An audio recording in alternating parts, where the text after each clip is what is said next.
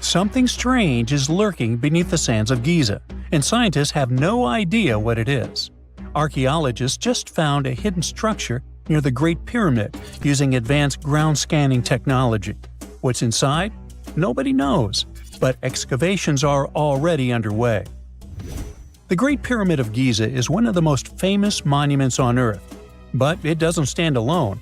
It's surrounded by an ancient necropolis, a massive royal graveyard filled with tombs and monuments. They belong to pharaohs, nobles, and other high-ranking officials. Most of these tombs are above the ground. They're called mastabas, rectangular, flat-roofed tombs built from limestone or mud brick, and they've been studied for decades. But from old movies, we know that these weren't simple graves. They have deep vertical shafts leading to underground burial chambers, where the past was sealed away for eternity.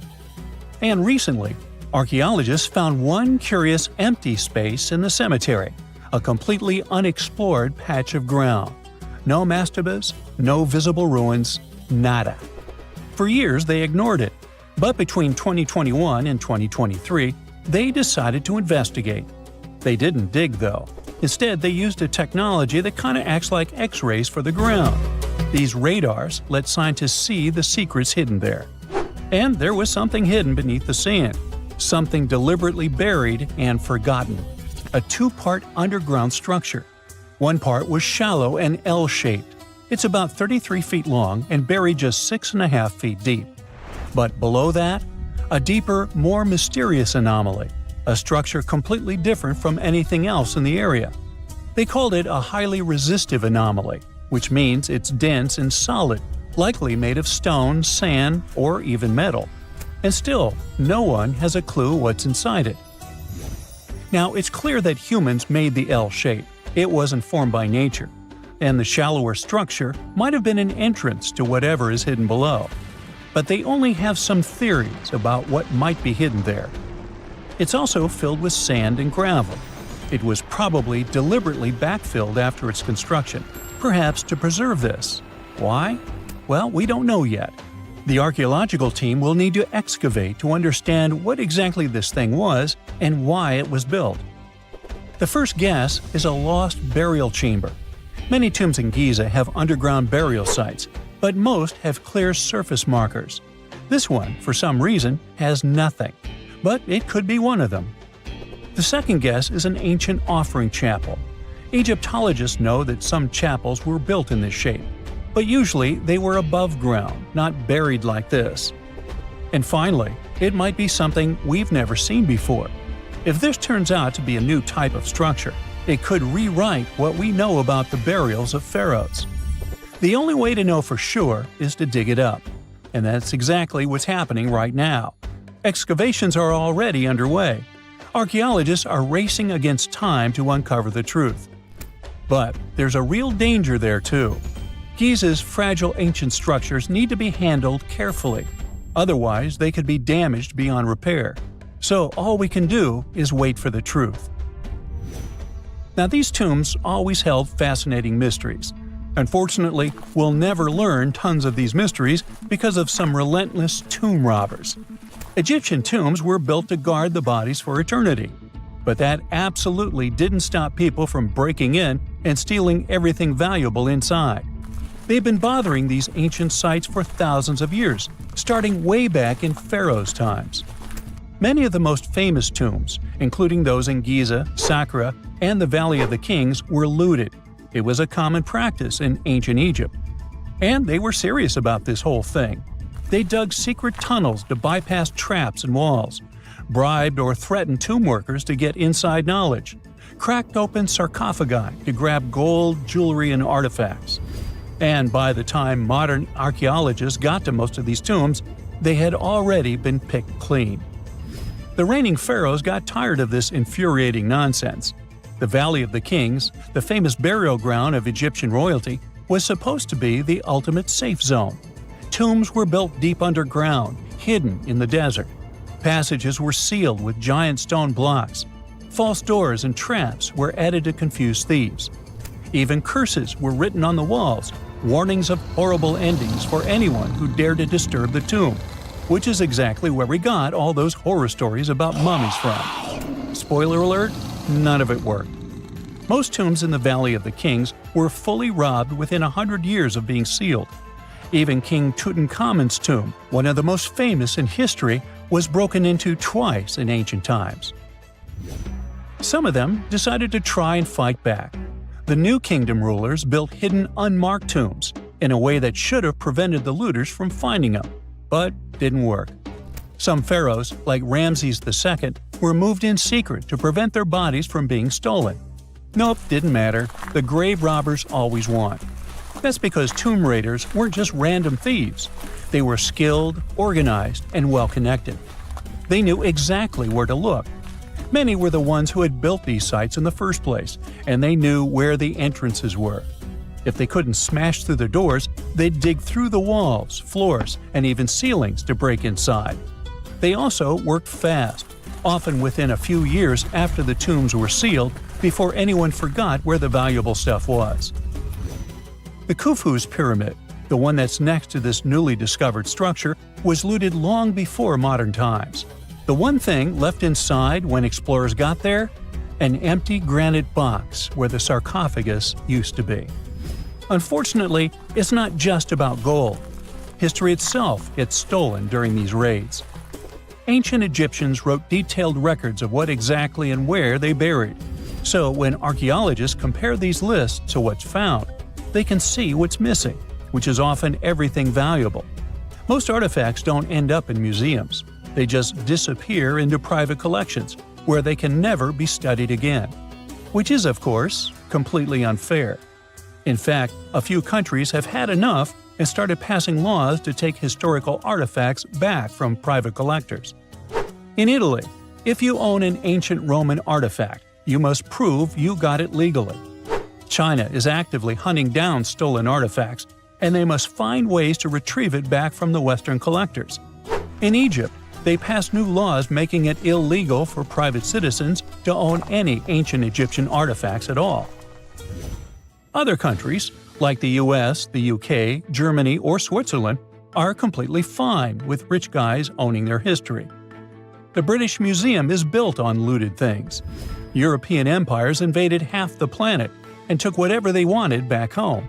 Their museums are often full of such stolen artifacts, and unfortunately, they refuse to give most of them back. For example, the Rosetta Stone.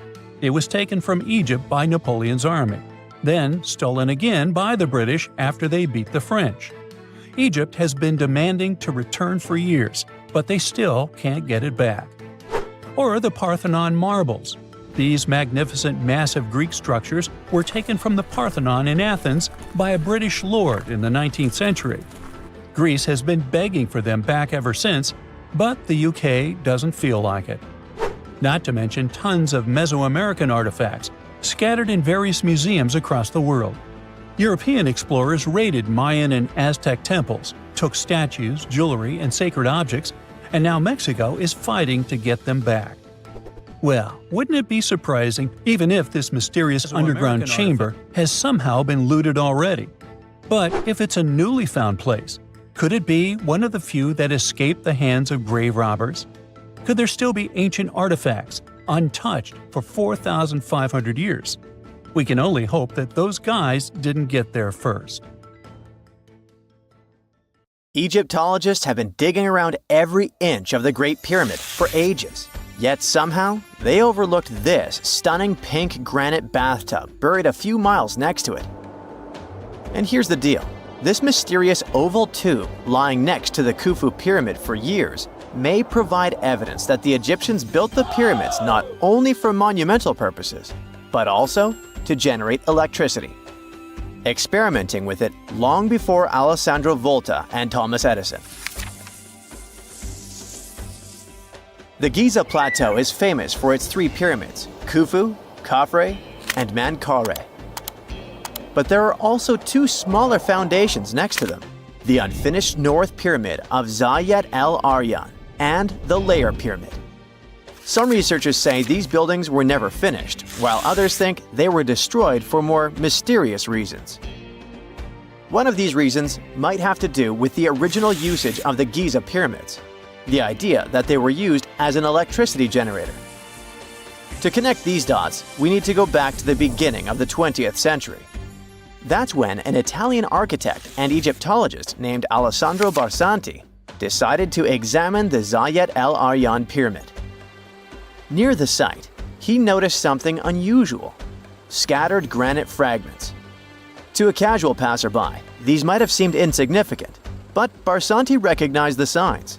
You see, ancient Egyptians often used sites to prepare stones before transporting them to their final destinations. The fact that there was granite on the ground intrigued him. Granite was a more expensive material than the limestone typically used for pyramids, which suggested that it might have been intended for an important and possibly hidden structure.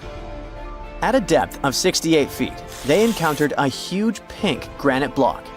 He kept going with the excavations, and they revealed ancient inscriptions carved into the stones.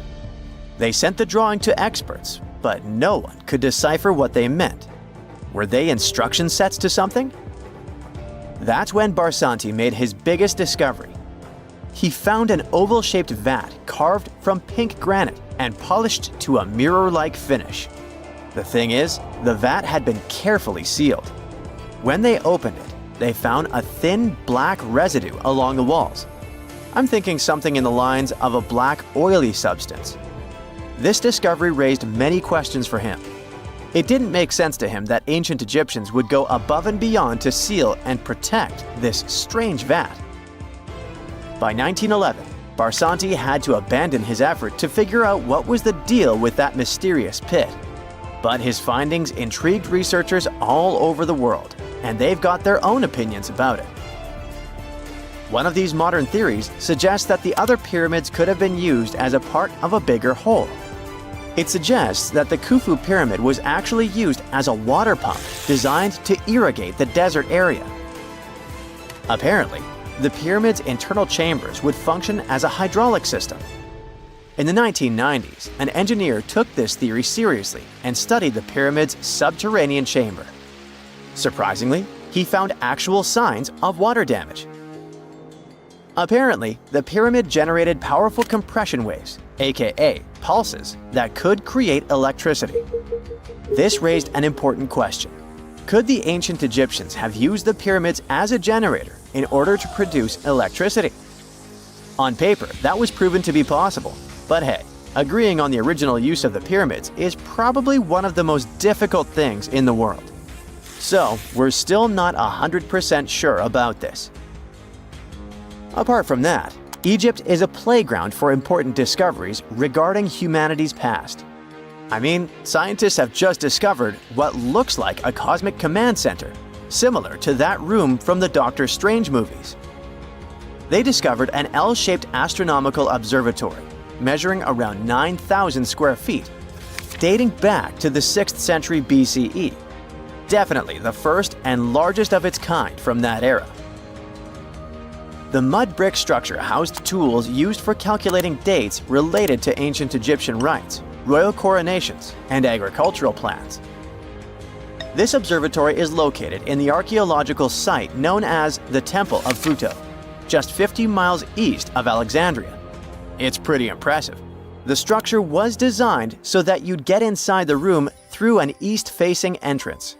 This way, you'd get to see the sunrise. Once inside, you'd find a pretty huge shadow clock, used to tell time by tracking the movement of shadows inside the room. This variant of a sundial clock was nearly 16 feet long. That was quite an exciting discovery. Another interesting one was that scientists and Egyptologists have discovered the first ever pregnant mummy. Now, even if we know quite a lot about mummification processes, we keep making discoveries that open new doors into the lives of ancient Egyptians. It took so long for someone to find out this mummy was expecting at the time she was embalmed because she was placed in a male's coffin. More specifically, a male priest. Historians say that during the 19th century, a lot of traders mixed coffins up in order to sell them. Yes, that means they opened them and switched mummies to please their buyers. It was a complete surprise because they were hoping to study more about ancient health issues when they opened this coffin up. But they had another special research on their hands: prenatal practices in ancient Egypt. This mummified woman, who lived about 2,000 years ago, was from 20 to 30 years old when she passed away. She was found in Thebes, and her remains were incredibly well preserved. You see, mummification recipes varied across Egypt. In this woman's case, researchers could tell she was a member of the high society since she was buried with special amulets. But since mummification methodologies differed so much between cities and time periods, they still have to dig further to understand why she was embalmed along with her baby. Speaking of mummies, scientists were digging up a final resting place in Saqqara, also in Egypt, and they unearthed two embalming workshops. One was for humans and the other for sacred animals. Apparently, the workshops date back to about 2,400 years ago. They were equipped with stone beds, clay pots, and ritual vessels. Everything you needed to mummify. But that's not all. Archaeologists also stumbled upon cheese stored in jars behind tombs that were over 3,000 years old. Yep, cheese. This shows that the ancient Egyptians were pretty savvy when it came to preserving food, too. They knew how to store stuff for the long haul, not just the mummies. It really shows how they applied their preservation skills to both food and bodies, giving us a glimpse into their impressive technological know-how. Scientists have also found one of Egypt's oldest complete mummies, and to their surprise, it was completely covered in gold. You see, Egyptian mummies covered in gold are already a rare thing, but they weren't expecting it to be the oldest one ever found. The mummy was quite well preserved, and they could identify that it was the remains of a wealthy man called Hekashepes. Many symbols show that he was important and wealthy, like the band he wore on his head and the bracelet on his chest. He was also dressed in a tunic wrapped with a belt, which was a way to preserve the good appearance of a person after they passed away. To reveal it, they had to open the final resting place with mortar. Basically, it was like they were opening a time machine, just as the ancient Egyptians did 4,300 years ago. If you think about it, it's almost like entering a time capsule. Enough about mummies. Scientists also found something very exciting hovering above the pyramids. They had to use a fancy top-notch radar known as LARIT, aka Low Altitude Long Range Ionospheric Radar, which can see these invisible waves far away into the sky. LARIT helped them discover giant plasma bubbles floating in the air above the pyramids. These bubbles are called plasma bubbles, and they wreak havoc on modern technologies. I mean, they can disrupt GPS and phone signals for hundreds of kilometers in diameter from where they're located. These bubbles are massive, sometimes as big as cities, and they're caused by the sudden depletion of charged particles in the ionosphere. So, instead of spreading out evenly throughout the ionosphere, they stick together in this wave-like form. This was a pretty important discovery because it can help scientists understand how to prevent these waves from messing with our technology. 2 centuries ago, a 31-year-old Frenchman stormed into his brother's office in Paris. He had only one thing to share. "I've got it!" The man was so excited that he immediately collapsed. He spent the next 5 days in bed recovering his health. Who was this mysterious person, and why was he so thrilled? Jean-François Champollion made one of the greatest scientific breakthroughs in human history. He had cracked the code of Egyptian hieroglyphs. This enabled scientists to finally unravel the secrets of this ancient civilization. They weren't able to read hieroglyphs for nearly 2,000 years. After the Romans took over Egypt, the intricate writing system slowly faded away from people's minds. The last of the hieroglyphic texts date back to the 4th century. For thousands of years, Egyptians used images to show their lives. But the knowledge of how to read these pictures was lost to modern science. The story of hieroglyphs began in 3250 before current era. That's when ancient Egyptians developed writing. Their motivation was to better organize the distribution and storage of goods. One of the earliest examples is a ceramic jar that had an inscription in black ink. There were two major writing systems. The first were the hieroglyphs, which literally means sacred carving. Egyptians carved hieroglyphs in stone on temples, tombs, and similar monuments for 3,000 years. They present a system of pictorial texts. A pictograph is a picture or a drawing that stands for an idea of a word. It's a precursor to the true writing as we have it today. For example, when Egyptians wanted to write ibis, they would draw a small image of the bird. Hieroglyphs can be found on walls. They were a formal way of writing. The other writing system was hieratic. Egyptians mostly used it when writing on papyrus. That's an early, thicker form of the paper we have today. It soon evolved into demotic. This improved version became the most common writing systems in ancient Egypt. Then, in the early 4th century BCE, Alexander the Great took control of Egypt. This was the time when the Greek Ptolemaic dynasty ruled the country. You've probably heard of the last ruler of this dynasty, Cleopatra.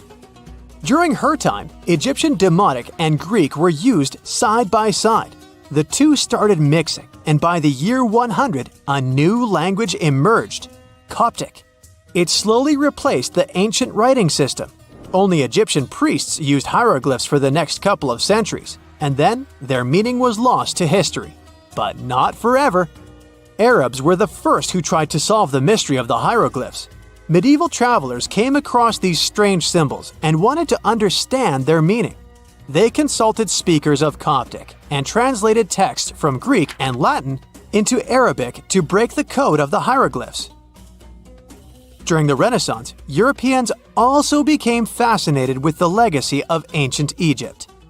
Scholars from the Old Continent believed that hieroglyphs were a group of symbols as opposed to a written language. This was all about to change in 1799. A year earlier, Napoleon, the famous French ruler, arrived in Egypt. His subordinates constructed a fort that dated back to the 15th century. Rashid, or Rosetta, was a port town in the northeast of Egypt, near Alexandria. One section of the old fortification wall contained an interesting slab inside. The stone tablet was made of a granite-like rock. It was just 40 inches high and 30 inches wide. It contained 3 distinctive sections of text carved into it. The letters were in 3 scripts and 2 languages: hieroglyphs, demotic, and Greek. It was a fragment of a larger ancient stela. These are upright stone slabs that are used to dedicate to a person or an event, but the one from Rosetta was damaged. 2/3 of the hieroglyphic text on the top was missing. The bottom Greek text lacked a cornerstone. The only fully preserved section was the writing in demotic in the middle of the slab. It eventually ended up in the British Museum. The scientific community was intrigued, and the race was on to decipher it. Prints and casts of the slab went out all over Europe. Scholars already knew ancient Greek, so in theory, this shouldn't have been so hard. The first people who saw the Rosetta Stone thought the process would take 2 weeks. In the end, it took 2 decades. The main issue was the fact that hieroglyphs and spoken ancient Egyptian didn't have a connection anymore. Scientists didn't know what sounds the letters on the slab corresponded to. Imagine if English disappeared 1,000 years in the future. Then someone finds a tablet with the word dog. At first, they wouldn't know how to read the word or the individual letters. Even if they figured out how to pronounce the word, they wouldn't know its meaning. This is what linguists were dealing with in the case of the Rosetta Stone. The careful study of the artifact produced another find. The texts weren't direct translations of each other. They both described the same event, but in different words. It was like you saw a movie with 2 friends, and then all 3 of you wrote different reviews about it. The original text was probably in Greek, but the translators added extra words to make it sound more Egyptian. An English physician and physicist, Thomas Young, made the first great breakthrough. He knew that the name Ptolemy appeared several times in the text based on the Greek translation.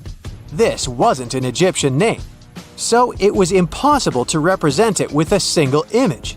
The only way to spell out this Greek name was to use symbols that sound like it when produced. This is called transliteration, and we have it today as well. This is how foreign-sounding words are written down in Chinese or some Slavic languages. Young focused on sets of hieroglyphs in oval frames. These are called cartouches. He experimented a bit but finally discovered that one of them read, Ptolemy the Great. The individual hieroglyphs that made up this name corresponded to sounds needed to produce it. This is where our mysterious man from the beginning of the video enters the picture. Champollion picked up where Young left off. He knew Coptic, so the Frenchman was able to determine what many other hieroglyphs sounded like. The eureka moment was close. It came while he was studying a cartouche from a site dedicated to Ramses II. It had 4 symbols. The last 2 were the same. He determined this was the sound S. The first symbol was the sun. This is Ra or Re in Coptic. So the cartouche read Ra something SS. Can you already guess the name? Of course, it's Ramses. This breakthrough finally cracked the code.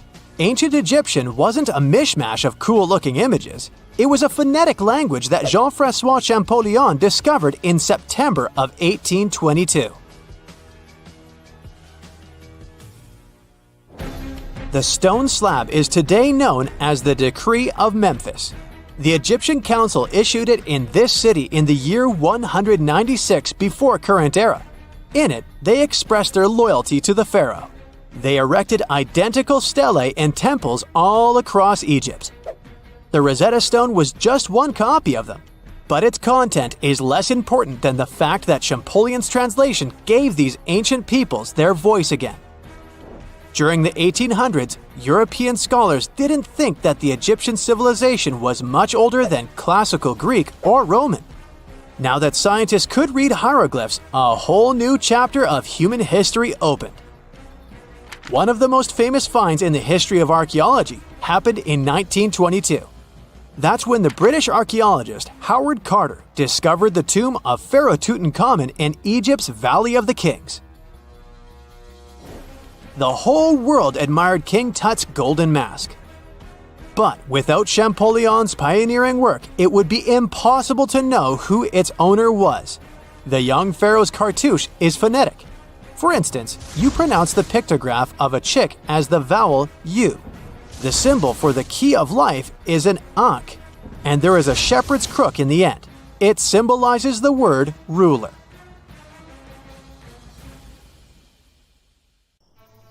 There are mysterious plasma bubbles floating around the pyramids of Giza. As bizarre as that might sound, let's get one thing clear right off the bat. There's nothing extraterrestrial going on here.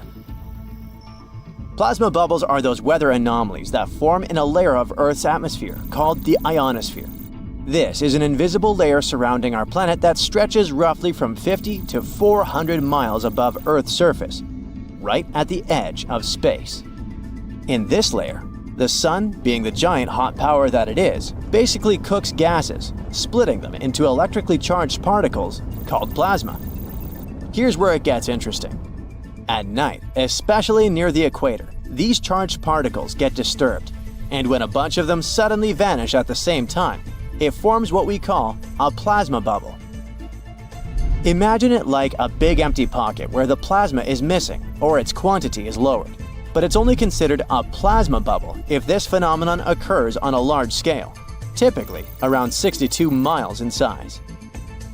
If you're already packing your suitcase for Egypt and have put binoculars to look at the tips of the pyramids, I'm sorry to say that we can't see these plasma bubbles with the unaided eye.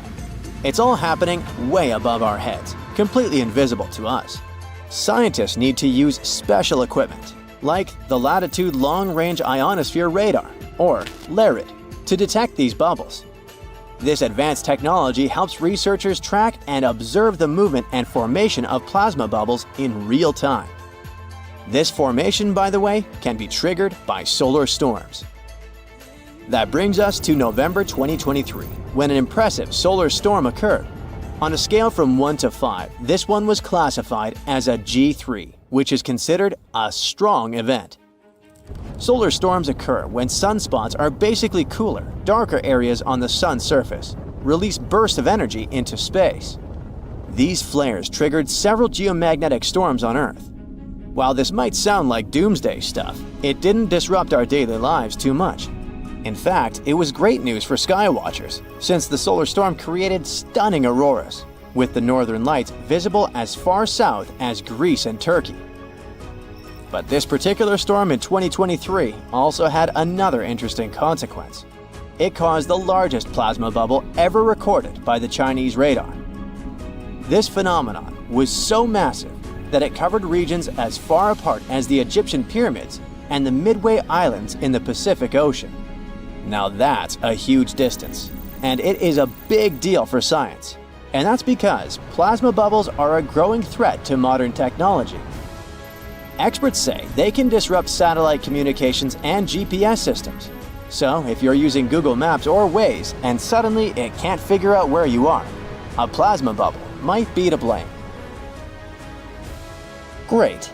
We now know what's going on with those bubbles, detected above the pyramids of Giza. But things get even weirder inside this ancient construction. Apparently, the Great Pyramid of Giza has the ability to concentrate electromagnetic energy within its interior. A couple of years ago, a group of researchers decided to see what would happen if they took this ancient architecture and hit it with radio waves. I mean, waves that are similar to the kind your phone uses, but on a much larger scale, up to 1,900 feet long. But since they couldn't just start blasting radio waves at the actual pyramid, they did the next best thing: computer modeling. Using these simulations, the researchers discovered something incredible. The Great Pyramid can actually concentrate electromagnetic energy within its internal chambers, as well as underneath its base, where an unfinished chamber is located. By concentrate, I mean something like trap it. For example, when you shout into a cave, you hear your voice echo back, right? The sound waves don't just disappear, they bounce around and get focused. Similarly, when radio waves hit the pyramid, they don't just pass through or around it. Instead, they get absorbed, bounce around, and focus inside and underneath the pyramid. Our list of mysterious phenomena surrounding the Egyptian pyramids doesn't end there. Inside the pyramid, there's a long, narrow passage that leads to what's known as the King's Chamber. This room sits at the center of the pyramid, and it's believed to have been the final resting place of Pharaoh Khufu, the ancient Egyptian leader who commissioned the entire thing over 4,000 years ago. When visitors step into the King's Chamber, two things normally strike them: the room's incredible acoustics and its heavy, imposing structure, which is entirely lined with red granite. Recently, scientists have started to connect these two facts. Some researchers now believe that the King's Chamber might be able to catch or pick up sound energy generated from other parts of the pyramid. In other words, this room might have been designed to amplify sound in a way that no other chamber in the pyramid can. To test this theory, researchers conducted an experiment where they sang in the Queen's Chamber, which is located directly below the King's Chamber. Here's where it gets wild. The music couldn't be heard in the lower underground rooms of the pyramid, but it sounded loud and clear in the King's Chamber. One possible explanation for this is the type of stone used in the King's Chamber: pink granite. Granite is known for its piezoelectric properties, meaning it can absorb energy from its surroundings, like sound vibrations, and convert it into electrical energy. This suggests that the chamber's unique acoustics might be due to more than just the shape of the room. It could be that the granite itself plays a role in amplifying and concentrating sound waves. According to scientists, these discoveries open up a whole new field of research into the pyramid's potential. Could the ancient pyramids have somehow harnessed the energy created by sound waves or even Earth's natural vibrations?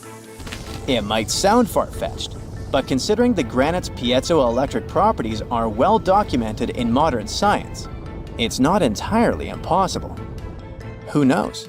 Maybe we've only just scratched the surface of what the pyramids were truly capable of. Speaking of just scratching the surface, there's even more to think about, like how the pyramids ended up in such a perfect location.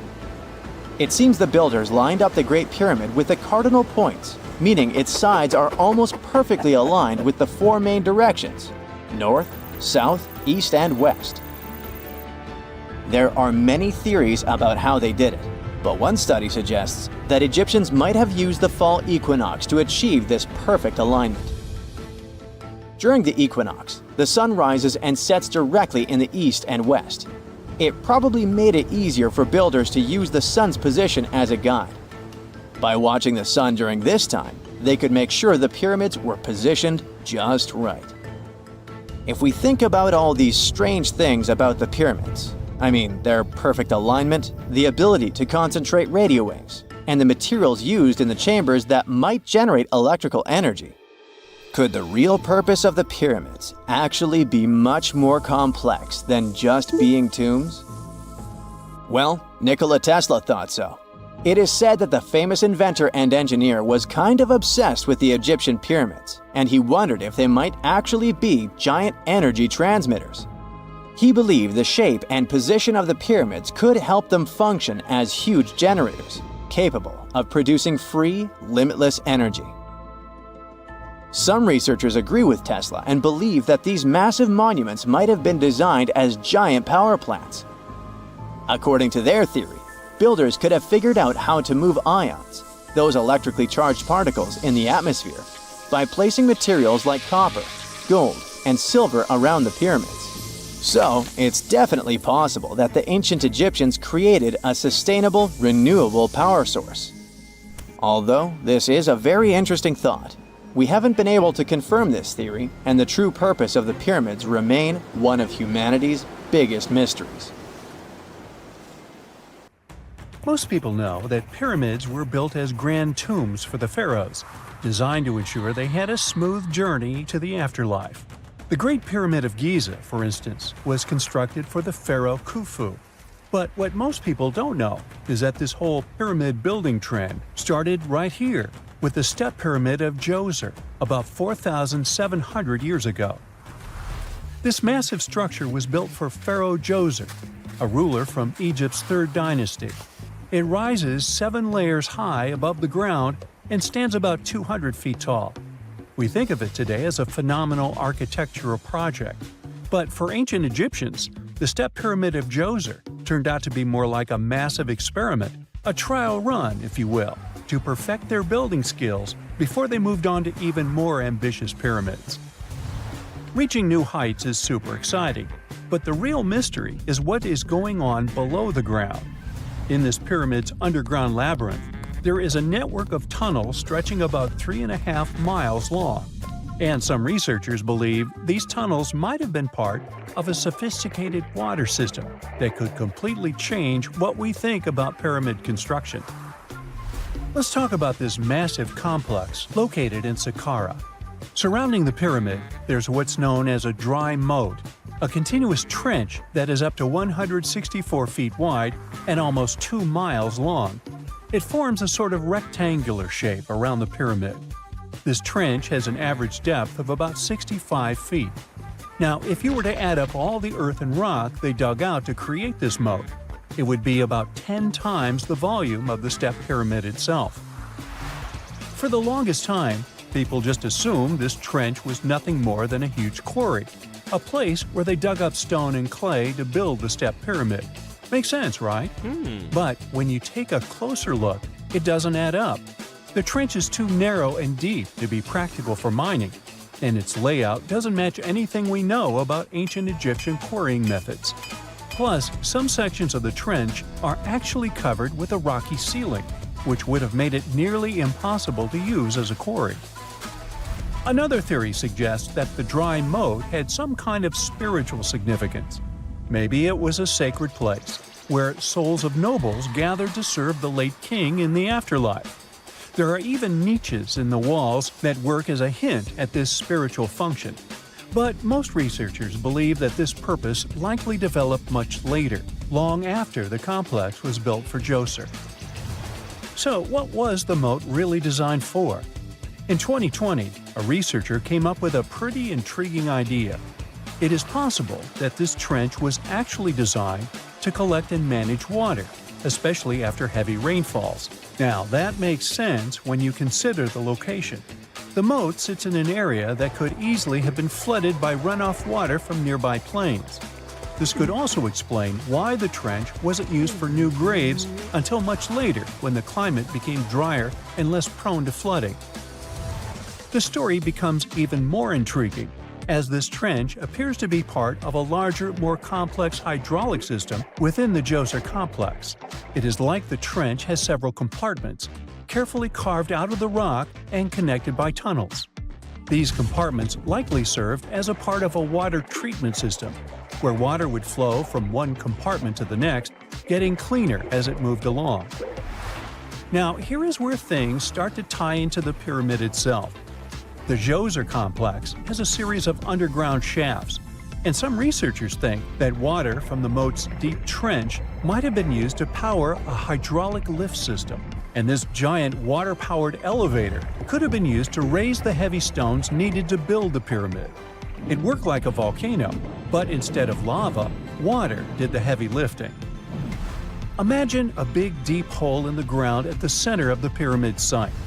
Inside this hole, there was a huge wooden platform, kind of like a giant raft that could move up and down. When the workers wanted to lift a heavy stone, they would fill the hole with water.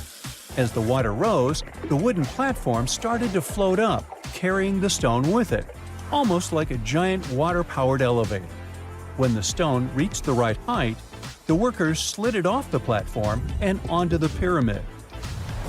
The idea is that water from the deep trench, after being cleaned and filtered, would flow into these shafts. A massive float, possibly made of wood, would then rise as the water filled the shaft, lifting the stones up to where they were needed for construction. Once the stone was in place, they'd let the water out, lowering the platform back down to the bottom, ready to lift the next stone. This fancy hydraulic lift system could have been a game changer, making the whole building process a lot faster and more efficient without using a lot of workforce. It is like the ancient Egyptians were already embracing the whole idea of work smarter, not harder. But of course, not everyone is on board with this theory.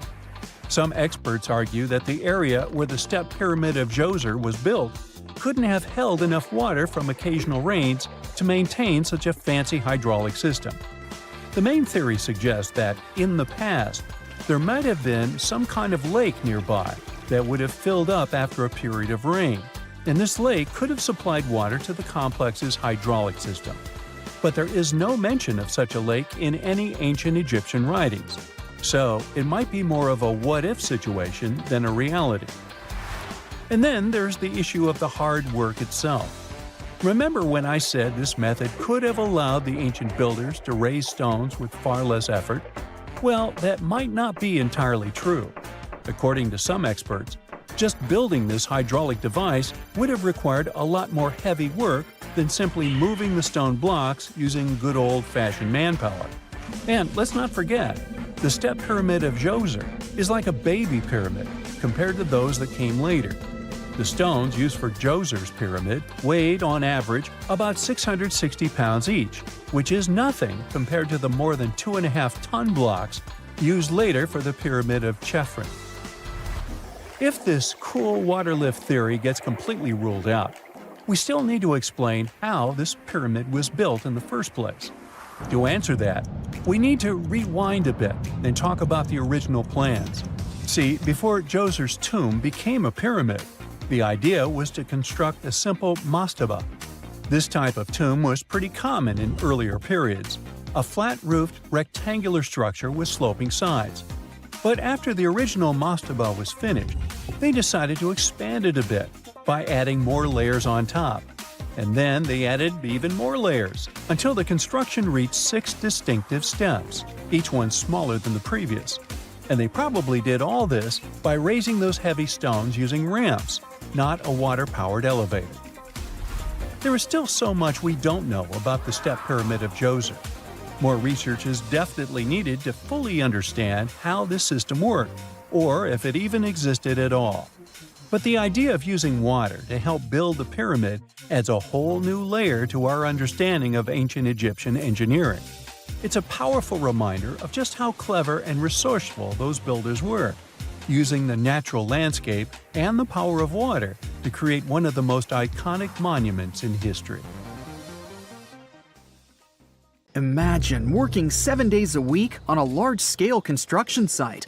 You, along with thousands of others, carry millions of stone blocks and put them on top of each other according to a complex system. You work without modern construction equipment. You have no air conditioning or constant access to water. It's so hot outside that you can fry eggs on the road.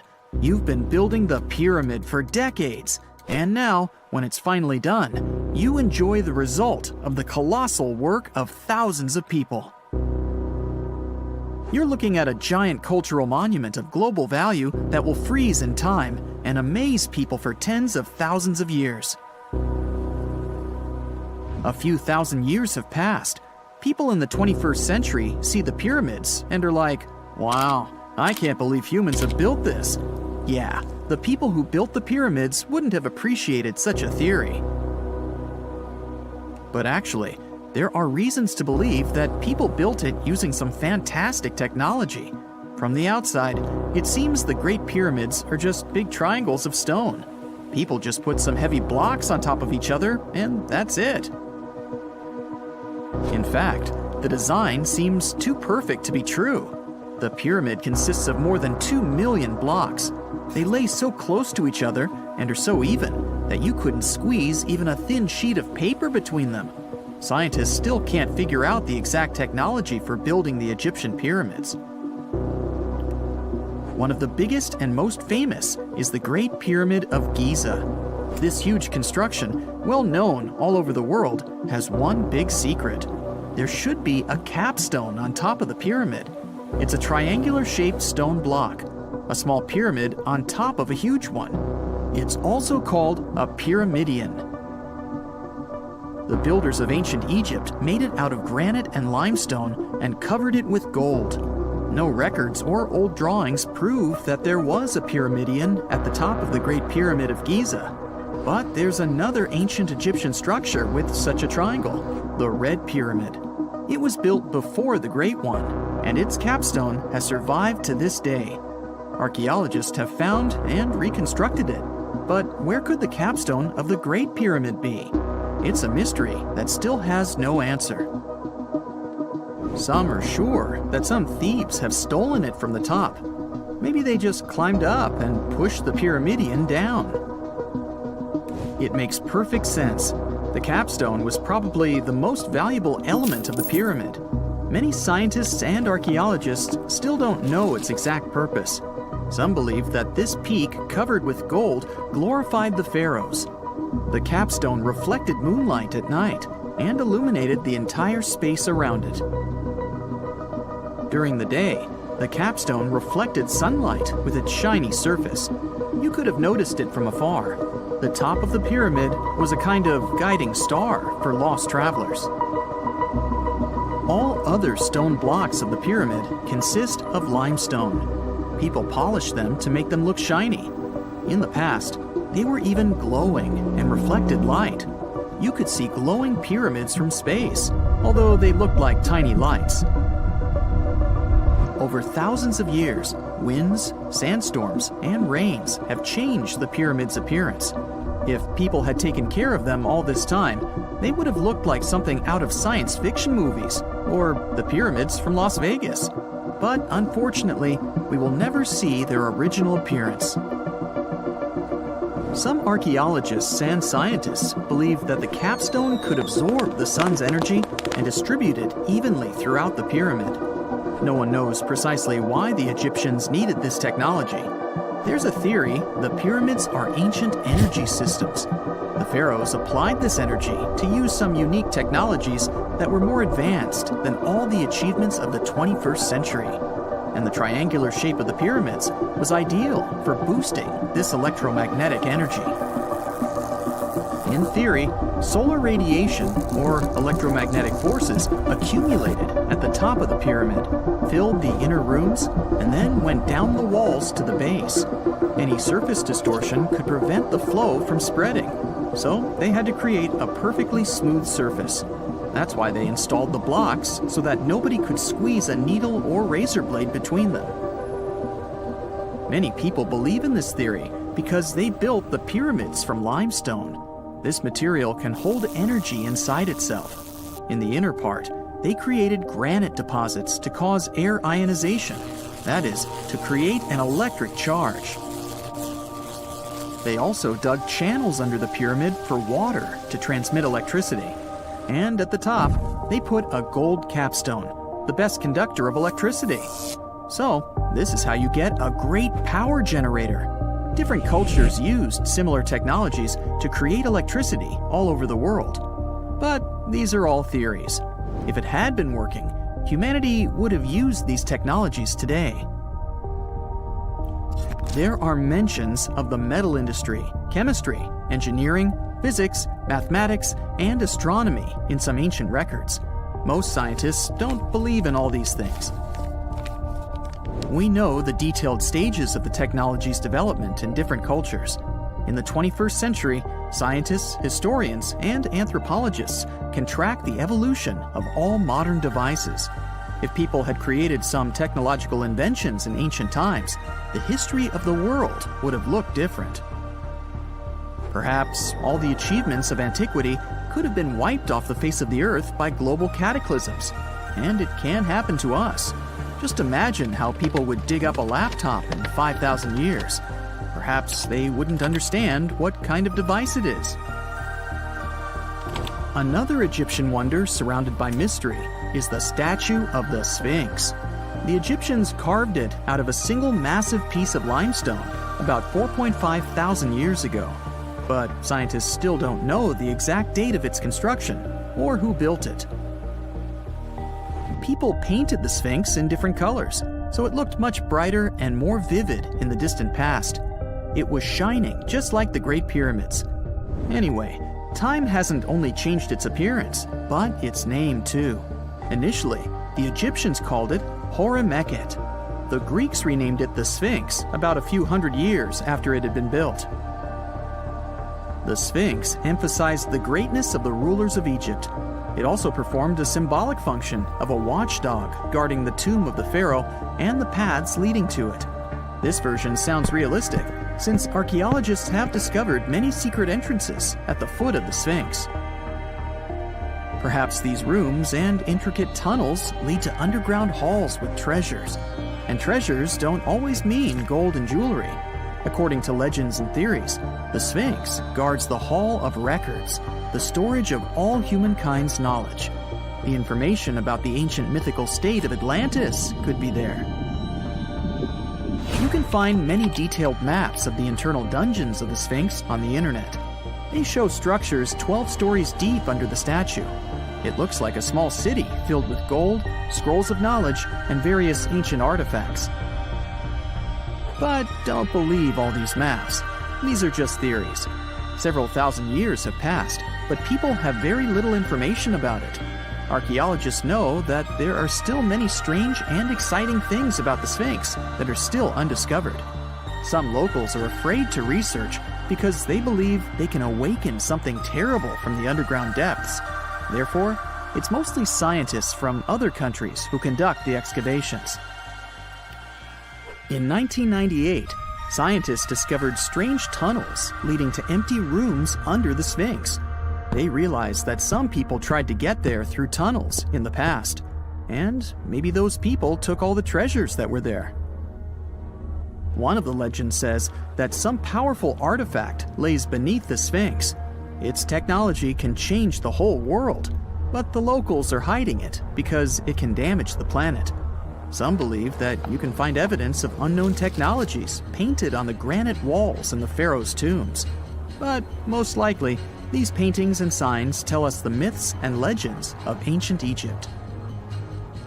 But what if Egyptian symbols and drawings are detailed instructions for using ancient technologies? What if the locals that lived at that time thought, people in the future won't be able to get energy themselves. Let's leave some detailed instructions for them. Anyway, there are many riddles and theories. In reality, the search for answers is a dangerous undertaking, since it's not easy to get into the underground halls. Excavations can ruin the structure of the entire Sphinx. Any person inside the tunnels may get lost and never be able to find their way back. Besides, it costs a lot of money. Now, what would be awesome is if people could invent some device that could scan underground areas and show their detailed models. Before we get into the reason why and how there are pyramids all around the world, let's talk about some of the examples. I'll start with the Pyramid of the Sun in Mexico. These folks really knew how to build a city. Their well-planned urban center spanned over 7 square miles and boasted several pyramids. But the Pyramid of the Sun is the most impressive. This giant pyramid was built way back in 100 CE and is one of the biggest structures of its kind in the whole Western Hemisphere. It's so big that it's 216 feet high above the ground. If you ever find yourself in this ancient city, you won't be able to miss the Pyramid of the Sun. It's right there on the east side of the Avenue of the Dead, the city's main north-south street. To build this incredible pyramid, around 1 million cubic yards of material were used, including a special kind of red volcanic rock called hued tezontle. Impressive, huh?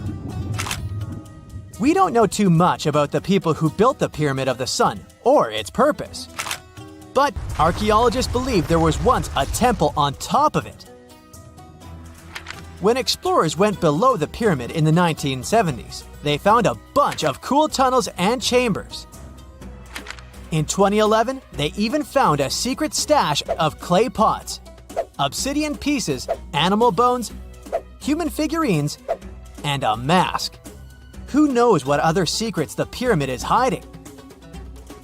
If you decide to see this one, you must climb the pyramid using the 248 uneven steps on the west side. Watch your step. Sudan got some pyramids too. Nubian pyramids aren't as big as the ones in Egypt, but they still got around 200 of them.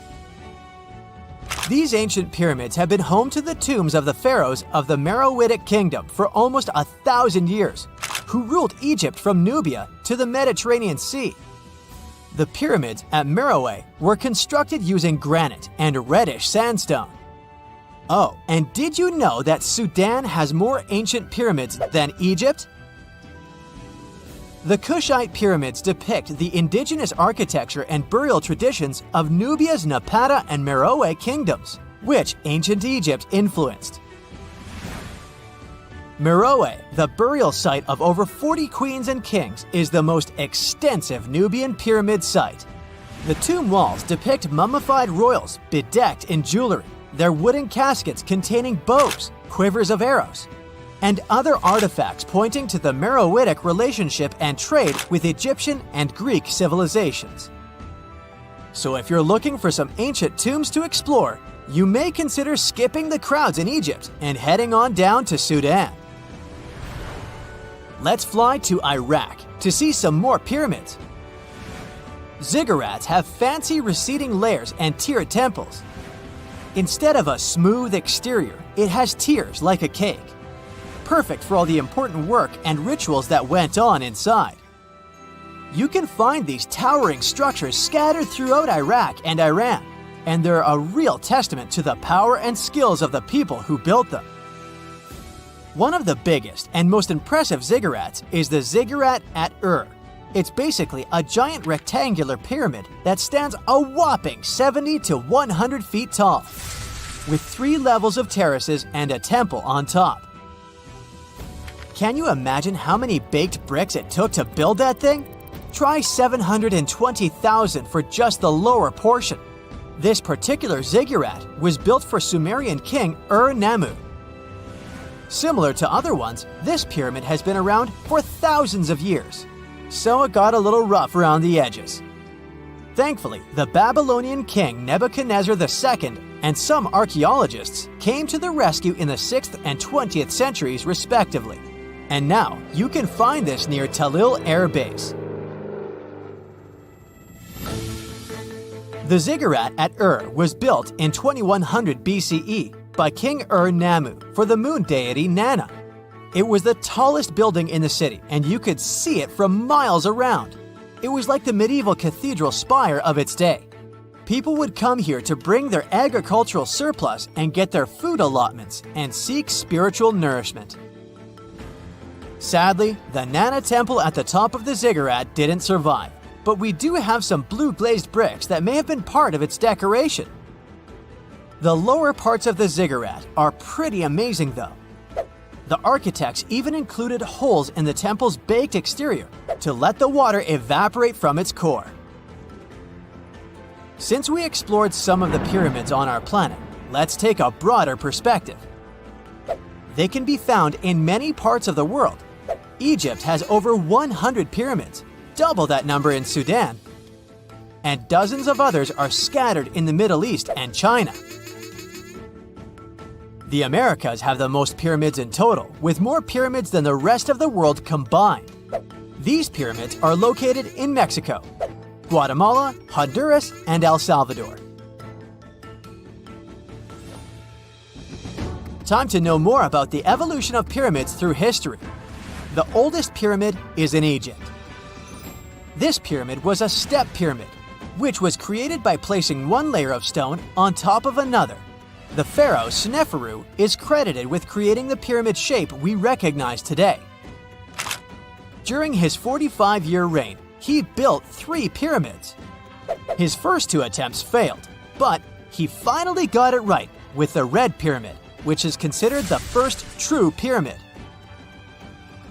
It was Sneferu's son, Khufu, who built the Great Pyramid of Giza, which was the tallest human-made structure on Earth for almost 4,000 years. Latin American pyramids are similar to early Egyptian step pyramids, but they were built independently, with no knowledge of each other. The pyramids in Sudan were built around 700 BCE and are tall but much narrower than those in Egypt. How in the world did all these civilizations build these things without even texting each other? After all, the Aztecs, Mayans, and ancient Egyptians were about as different as possible. But despite their cultural differences, they all seem to agree on one thing. Pyramids were pretty cool. Step pyramids are all around the world because they were the most feasible and stable way to build large and tall structures without access to lighter building materials like wood and metal. The triangular form with a square base is the best way to build a sturdy structure, and having a cube structure would require more material for less height. Now, when it comes to pyramid design, the Egyptian pyramids were like giant triangles with a square base, smooth sides, and a pointy top. On the other hand, the Aztecs and Mayans went for a tiered cake look, with steps leading up to a flat platform on top. So, while all these pyramids share the same basic shape, they have their own unique flair. Each group built its pyramids using different materials, techniques, and slope angles. So while they may have been inspired by each other's work occasionally, they were just doing their own thing. Egyptian pyramids had smooth, angled sides that were designed to help the pharaoh's soul ascend to heaven. The Pyramid of the Sun was built over a series of caves that served as a passageway for the deities. The Maya built the temple of Kukulkan in Chichen Itza to honor the deity Kukulkan, usually represented by a serpent. Nicknamed El Castillo, it has 91 steps on each side, plus a platform. That's 365 steps, one for each day of the Mayan calendar. Tell me, Brightsiders, how were pyramids built? To begin with, humans made them, not a foreign race from space that landed on Earth. You see, one thing that all pyramids have in common is that they were built without advanced tools or even the wheel. It took a lot of people to build them, including skilled laborers and architects. For example, it's estimated that 20,000 people built the Great Pyramid of Giza, and it's believed that most of them were skilled laborers. Building pyramids was a massive undertaking that required years of planning and effort. The Great Pyramid at Cholula, Mexico, took 600 years to complete. We all know some iconic symbols. The Statue of Liberty screams USA. The Eiffel Tower represents Paris. And this mask? Undoubtedly, it's Tutankhamun's, right? Sometimes it feels like historians have squeezed every last drop out of the King Tut story. But guess what? The most obvious details often slip right under our noses. Like the fact that this famous mask didn't actually belong to him, nor was it ever meant for him. Stick with me for the details. Can we get a close-up of that mask? Thanks. See those holes? Yep, they're for earrings. And no, it's not that they had anything against jewelry, but back in ancient Egypt, earrings were typically worn by high-status women or kids. Now, if you know your history, you might say, but Tut was a boy king, wasn't he? You're spot on. He began his reign at just 9 years old. Sadly, that didn't last long as he passed away at a very young age. So when he was 9, he might have worn earrings, but he probably took them off when he hit that no earrings age. Sounds reasonable, right? Actually, not quite. That would have been pretty strange since nobody expected him to pass away young. Certainly not at 9. So no one was preparing a kid's mask for a burial. It's this untimely demise that suggests the mask used was simply the best option available when Tut passed away. There are more clues pointing to the idea that the mask was found in a hurry. Let's think about this. Even though Tut was mummified and his body could wait a bit, his loved ones wanted him to reach the afterlife ASAP. Some experts even believe the paint in the tomb was still wet when it was sealed. But look at his mask. It's a masterpiece. There's no way it was made in a rush. It's way more elaborate than other simpler cartonnage pieces. The renowned mask of King Tut stands 21 inches tall, adorned with precious stones, and features a golden beard that weighs 5.5 pounds, making the entire mask 22.5 pounds. Okay, I'm a bit confused here. So it seems like it was probably a kid's mask, but it had a beard? I've never seen a 9-year-old with a goatee, and I'm guessing you haven't either. Just think about it. A grown man's face compared to a kid's face. Fun fact for you, our faces pretty much stopped growing at the age of 16, so by 19, Tut would have definitely had the face of an adult man. Can you imagine trying to fit a relatively small kid's mask on a grown man? That would have been super embarrassing, and no one would have let that happen. Right, let's dismiss the kid's theory. Now, the second option, if you remember, is that the mask could have originally belonged to a woman. This is where the beard theory comes into play. Some researchers believe the beard might have been added later on. Here's another twist. What if the mask was actually made for Nefertiti herself, who ended up maskless? In this case, there are two discoveries. Two birds with one stone. For now, it sounds like a conspiracy theory, I know. But let's give it a shot and delve deeper into the details. So, Tut passed away in around 1323 BCE, probably due to malaria. He had other health issues too, like when he broke his leg, and records suggest he wasn't in the best shape. As for Nefertiti, we have no solid data about her demise. Plus, nobody knows exactly when or where she was buried. The supposed year when she passed away is around 1330 BCE, but she could have lived longer, and the mask was intended and prepared for her. Or maybe they just took her mask right from the burial chamber. After all, they were family. Well, sort of. She was said to be his stepmom, having been married to Akhenaten, who was likely Tut's father. But this is not 100% accurate. Some scientists doubt it. Ah, these ancient Egyptian families. It's hard to keep track of who's who. I know, you're not yet convinced that Tut wore a lady's mask. Let me share one more theory with you. Meet Howard Carter, the enthusiastic archaeologist who discovered Tutankhamun's tomb. It was located in the Valley of Kings outside Luxor and, to everyone's surprise, was nearly intact. When he entered, he noticed something odd. This didn't feel like a pharaoh's burial chamber. It was classy and all, but it had a vibe that suggested it was made for a woman. Typically, Egyptian pharaohs had larger tombs that suited them better, and even more strangely, it was oriented to the right of the entrance. This didn't add up.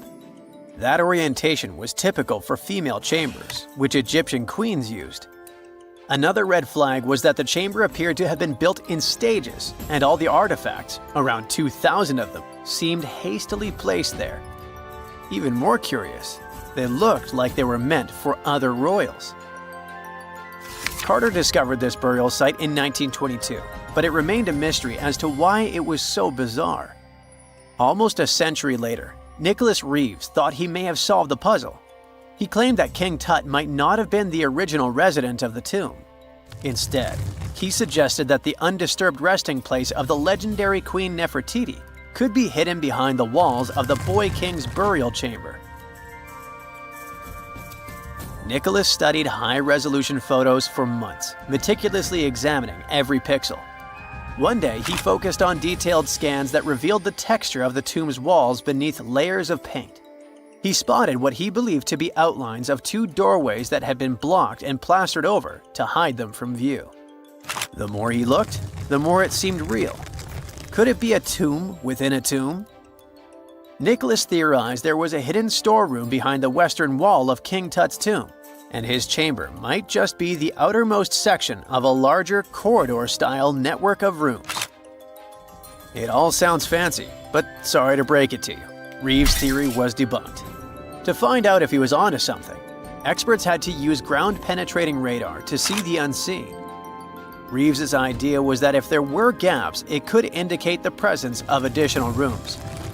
And at first, in 2015, one expert even thought he had found a hidden room.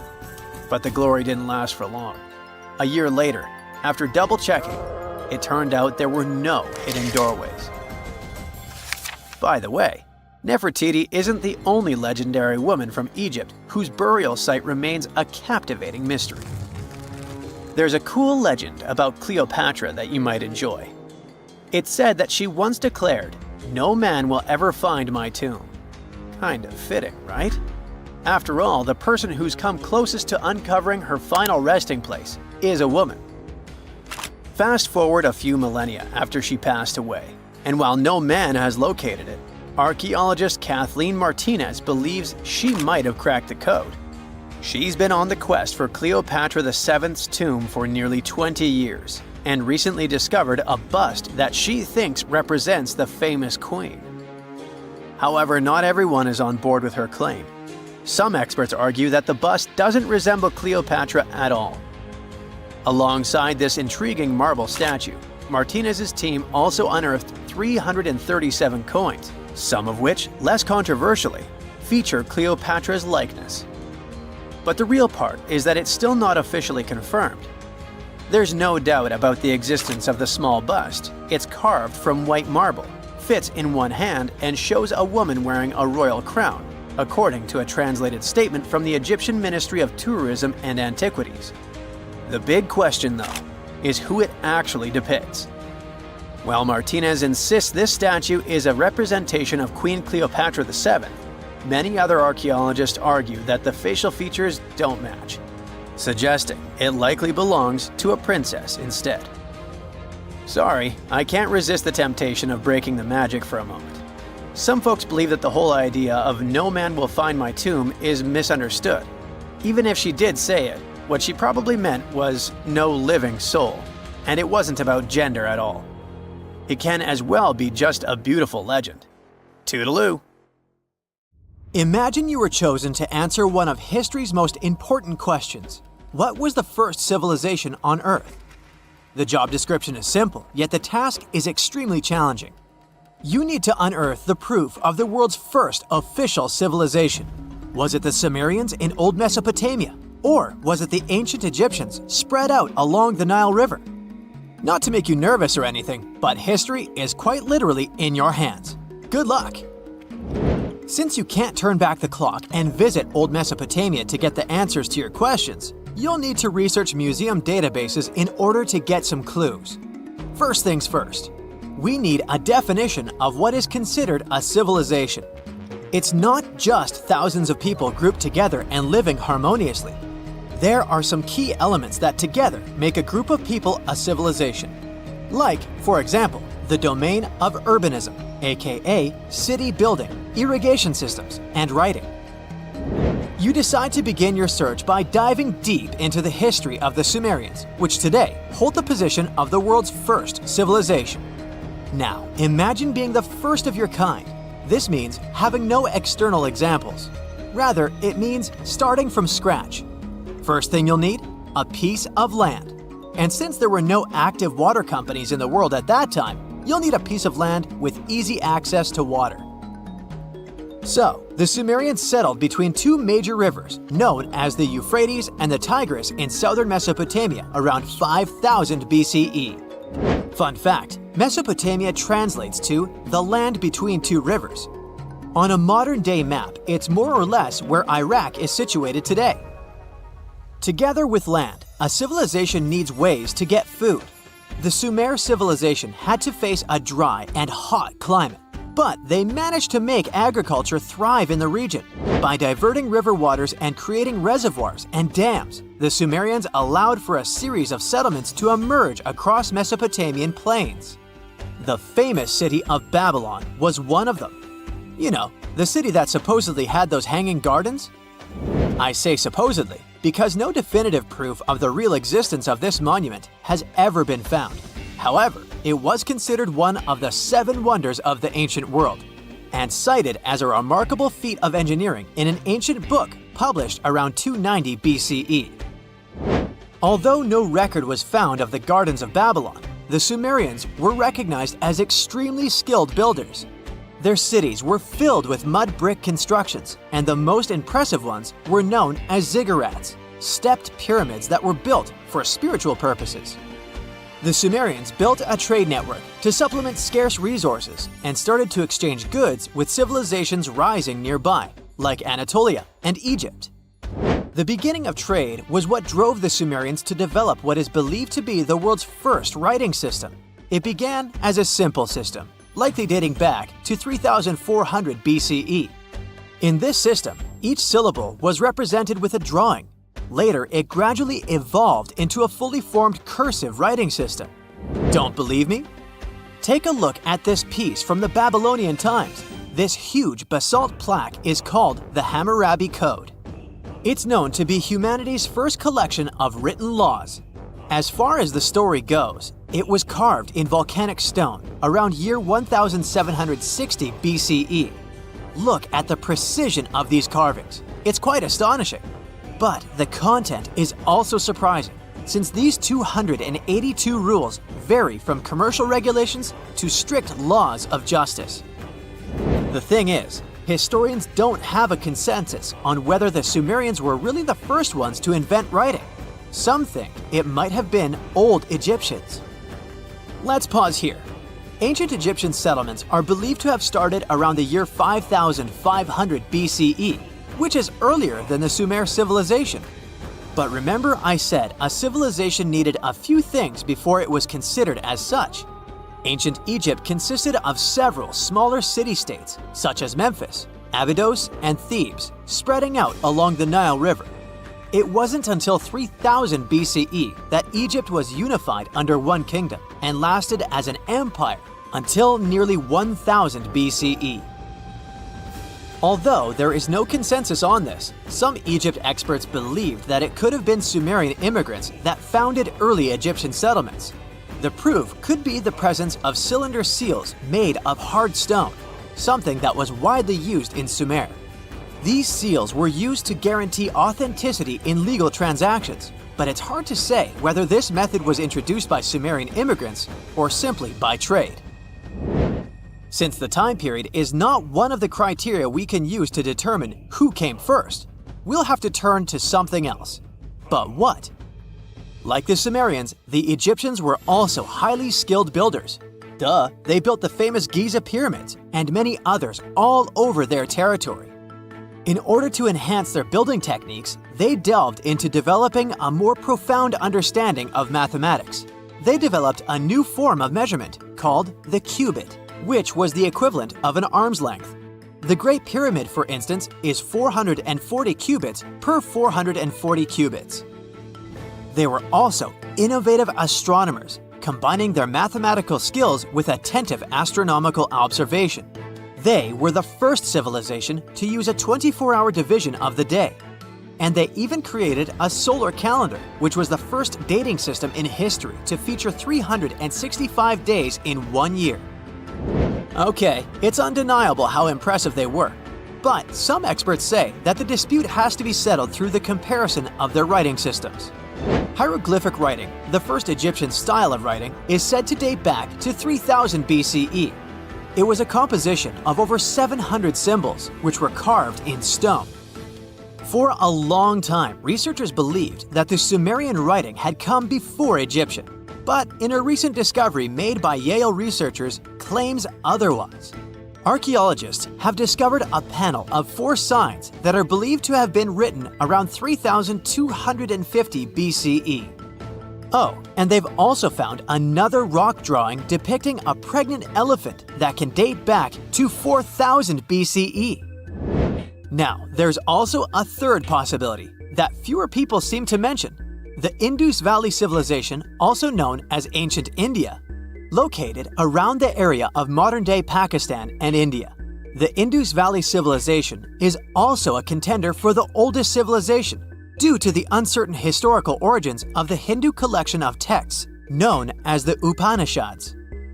The Indus Valley Civilization flourished around 3000 BCE, but records show that people in the Indus Valley were trading with Mesopotamians as early as 3500 BCE. Now, wait a minute. How is it possible? No, they weren't time travelers. This isn't a sci-fi movie. There already were agricultural settlements in the area that were slowly growing into bigger cities, such as Harappa and Mohenjo-Daro. Ancient Indian cities were sophisticated, filled with baked brick homes built in a grid system. These ancient cities even had draining and sewage systems that connected most homes and used gravity to carry waste outside of the city. They were pretty advanced.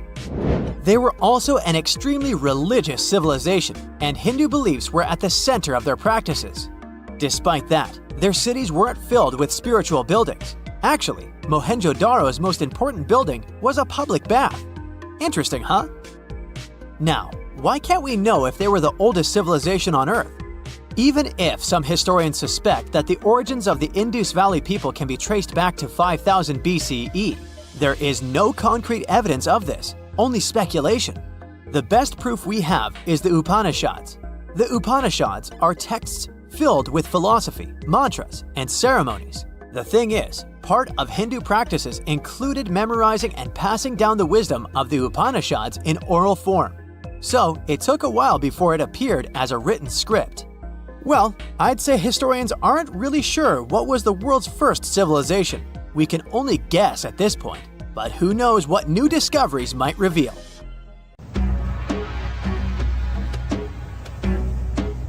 This is not a dune set. This is a very real desert in Niger.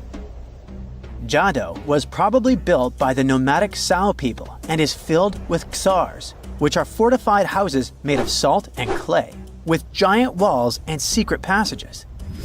Located deep in the desert, it was once a vital stop for trans-Saharan caravans, but is now a hotspot for smugglers and bandits. The site has been off-limits since 2002 due to its dangers. The origin of the ksars remain a mystery. No archaeological studies have been conducted, leaving many questions unanswered. Even today, shifting sands reveal and conceal parts of these ancient ruins, fueling local speculation about what might still be hidden beneath the desert. Speaking of connective tunnels, scientists were blown away by the discovery of lava tubes in Saudi Arabia. These underground passages form when molten lava cools down. Researchers believe that ancient nomadic groups may have utilized these tunnels to survive the super harsh desert climates. While excavating the tunnels, archaeologists uncovered artifacts, rock art, and skeletal remains. The art and animal bones show that the people who used the tunnels were probably sheep and goat herders. They're still piecing together whether these groups lived in the tunnels for extended periods or just used them as temporary shelters.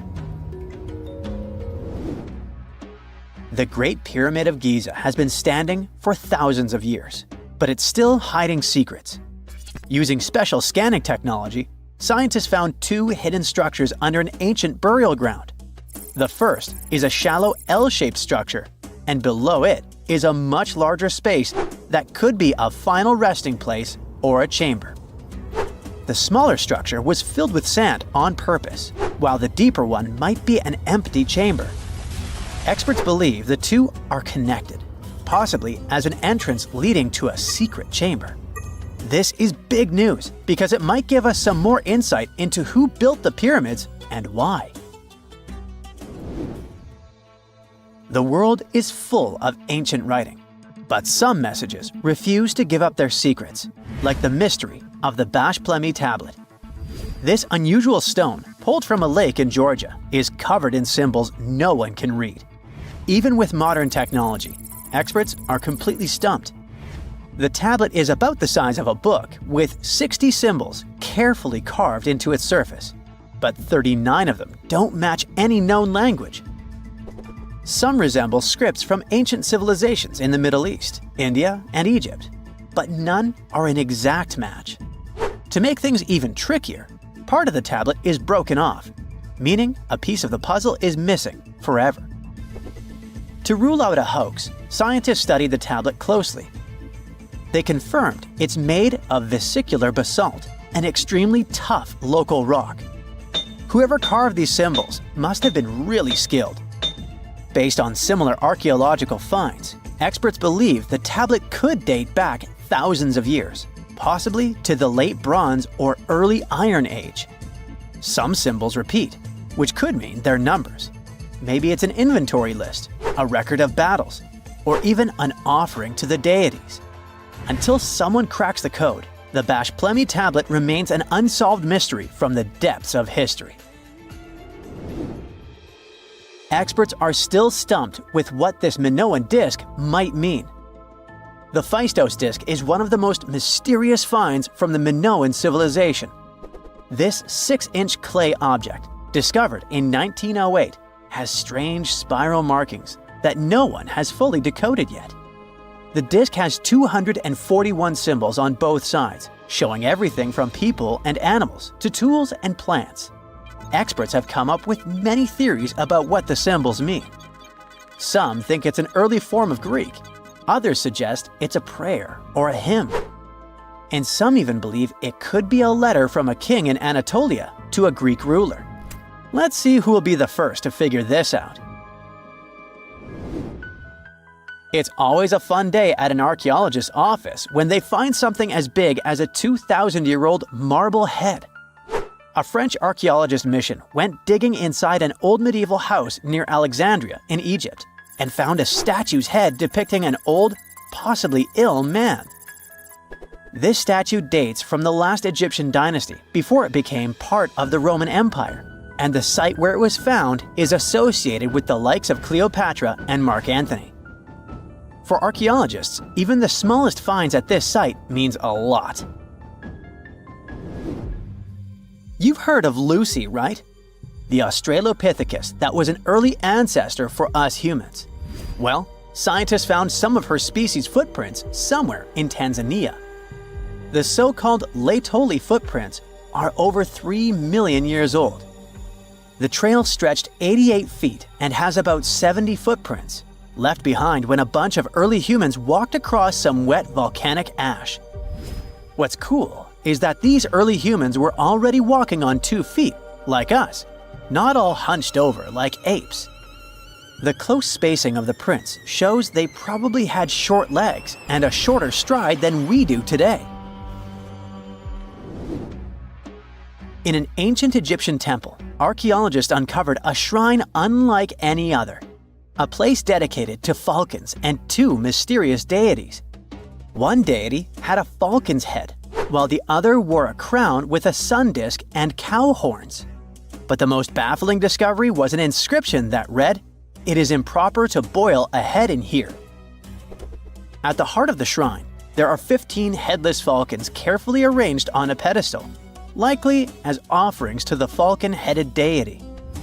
One theory suggests the birds were boiled first, perhaps to pluck their feathers, before being placed in the shrine, following the strange rule carved into stone. Archaeologists also found a 13-inch iron harpoon nearby. Its true purpose remains unknown, although the shrine also held remains of fish, mammals, and bird eggs, suggesting that the rituals may have included feasting. And speaking of ancient Egypt, meet Hathor. Scientists named her after the ancient Egyptian deity of motherhood, music, and singing. This wooden statue, housed at the Metropolitan Museum of Art, was thought to be just a beautiful artifact, until a surprising secret was uncovered. Using an X-ray machine, experts found a mechanical operating system inside it, with pulleys and axles connecting her shoulder to her left leg. When activated, the system made her hand raise and lower, an engineering marvel from over 3,000 years ago. The statue was created during Egypt's Middle Kingdom, around 1800 BCE, and is often compared to 19th century automata due to its advanced design.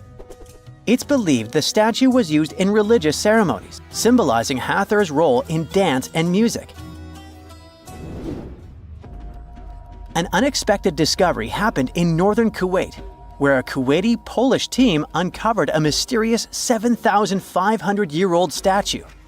The statue features an elongated skull, no mouth, narrow eyes, and a flattened nose.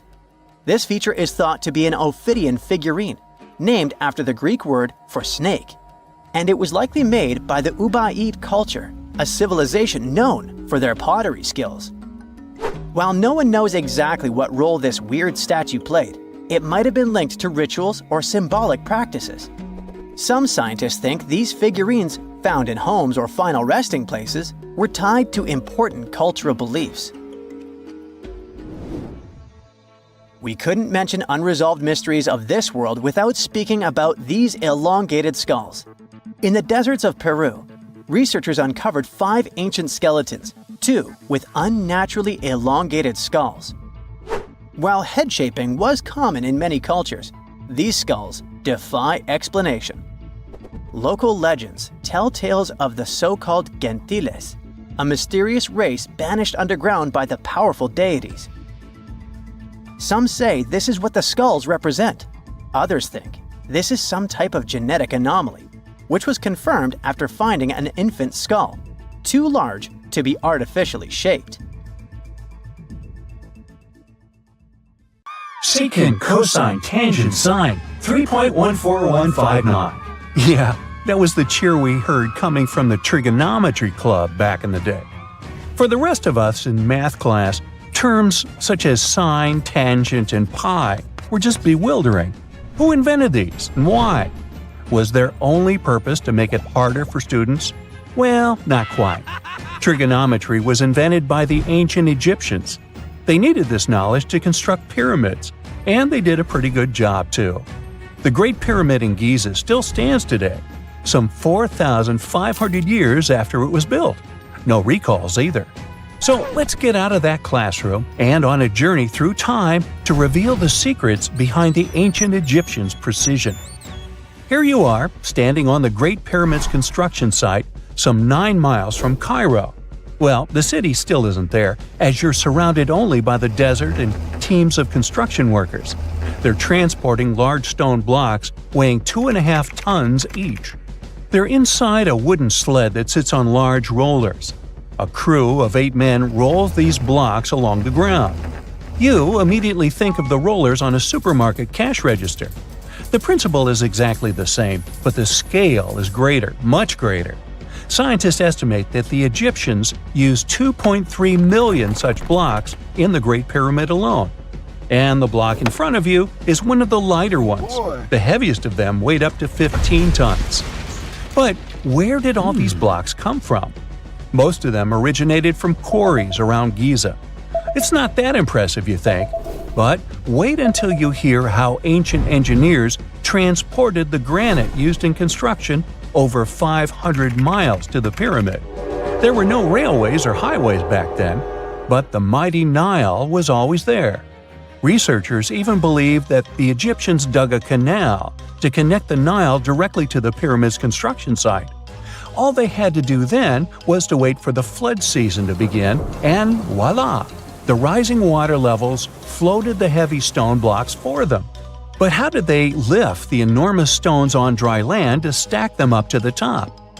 Did they use oversized cranes? Well, ancient Egyptians worked around this problem, literally speaking. One of the workers is now pointing to the giant ramp going around the pyramid they're building. This is how a mountain road zigzags its way to the top.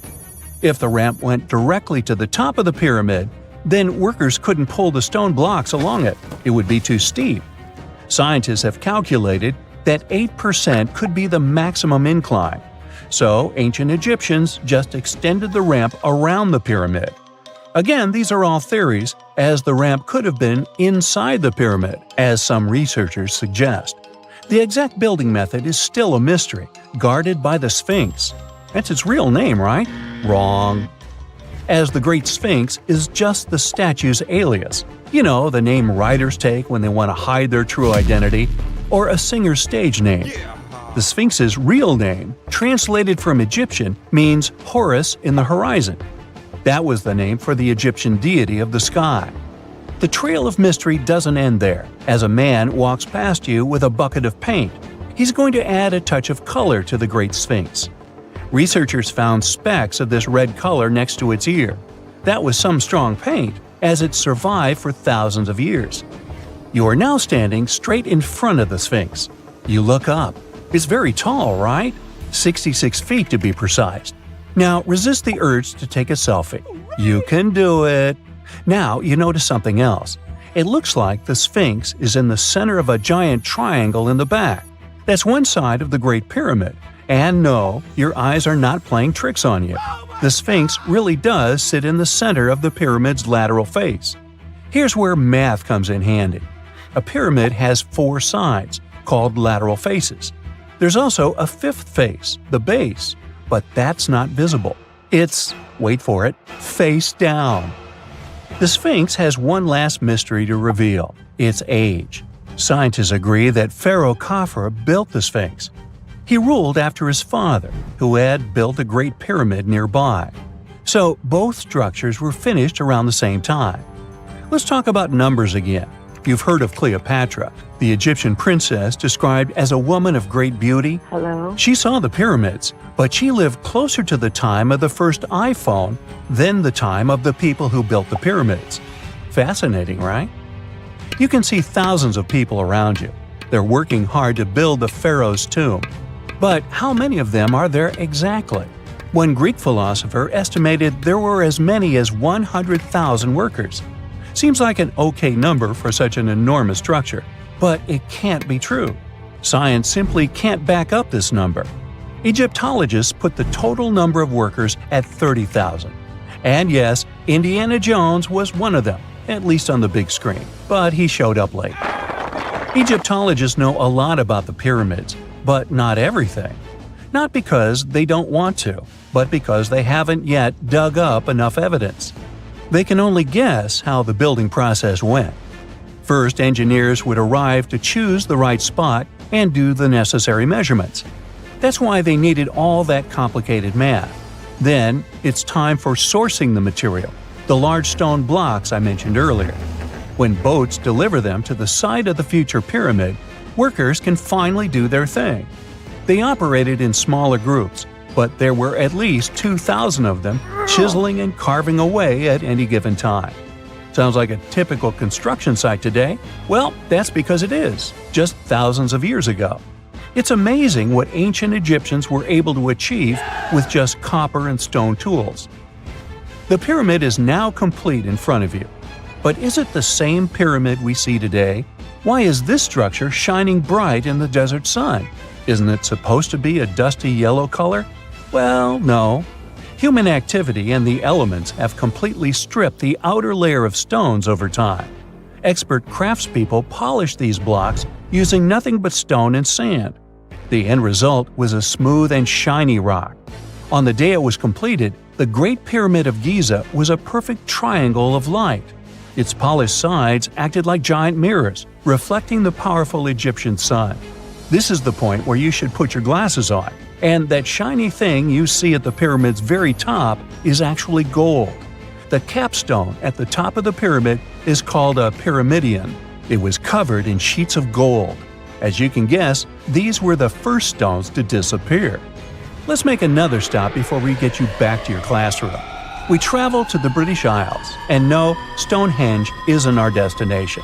It is Newgrange in County Meath. Scientists estimate that the ancient peoples of Ireland built this stone monument around the year 3200 BCE. This makes it older than both Stonehenge and the Great Pyramid in Giza. The function of the circular mound in Newgrange is the same as the one of the Great Pyramid and equally mysterious. The estimated amount of loose stone present in the valley is over 220,000 tons. And it's not just randomly thrown on a pile. The order in which the stones are set makes the structure water-resistant. That would explain how Newgrange had survived for so long. Kinda makes you want to splash out the cash for that waterproof phone case, huh? Well, you're back in your school desk, but today's math lecture is the last thing on your mind. You're thinking about how great the Egyptian pyramids are, and if we have something similar today. It turns out modern engineers are just as impressed with the Great Pyramid as you are. There's a glass pyramid sitting in the main courtyard of the famous Louvre Museum in Paris. The panorama of San Francisco wouldn't be complete without the 48-story Trans-America Pyramid. But Las Vegas went the furthest. There we find the Luxor Hotel. It's so big that it's the third largest pyramid on the planet. And guess what's in front of it? Yup, a replica of the Sphinx. It's 110 feet tall, 2 stories higher than the one in Giza. Yeah, everything's bigger in Vegas. You have heard about Nikola Tesla. You have definitely heard about the Great Pyramids in Egypt. But what if I told you that Tesla may have probably uncovered the ancient mystery surrounding the pyramids? Wait, what? Is this a crossover episode? Nope. It's highly probable that the secrets of the pyramids are hidden in plain sight. But first, let's recap what we know about the pyramids. What's so mysterious about them? I mean, they are just old quirky buildings, aren't they? One of the biggest questions is how they were built. Some people think that the pyramids were created by people using only their hands and muscles. But others think that there might have been some kind of crazy energy source that we don't know about yet.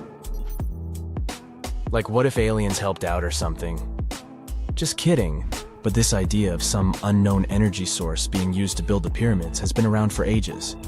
Even in old texts, like the pyramid texts, it talks about how the gods gave us something to build a great power. So maybe there was something really powerful and mysterious going on back then? Who knows?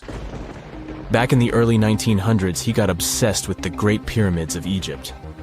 He read numerous books about these ancient structures and was blown away by how much energy they seemed to have. At that time, not many people knew much about electricity, and Tesla started to wonder if there was some kind of advanced tech hidden in the pyramids. He had an idea that the power of the pyramids had to do with electromagnetism, and he put a lot of time and effort into trying to figure out the mystery. Tesla had some pretty unusual theories about the Great Pyramids. He thought that they could actually store and move electricity, which could then be used to power up the areas around them. He also had this theory that the pyramids were built using some kind of crystal energy.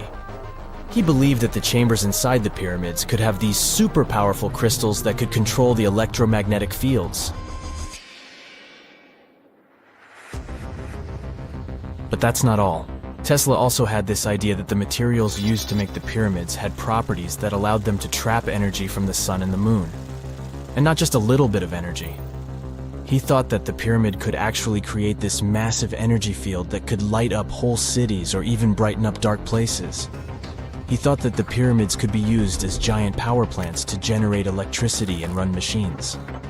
Tesla even believed that the pyramids were somehow linked to cosmic energy, which could be used for spiritual enlightenment and healing. How very new age of him. Anyway, Tesla wasn't just pulling these ideas out of thin air. He was seriously into studying everything he could about the pyramids, from ancient artifacts and texts to hieroglyphs and drawings.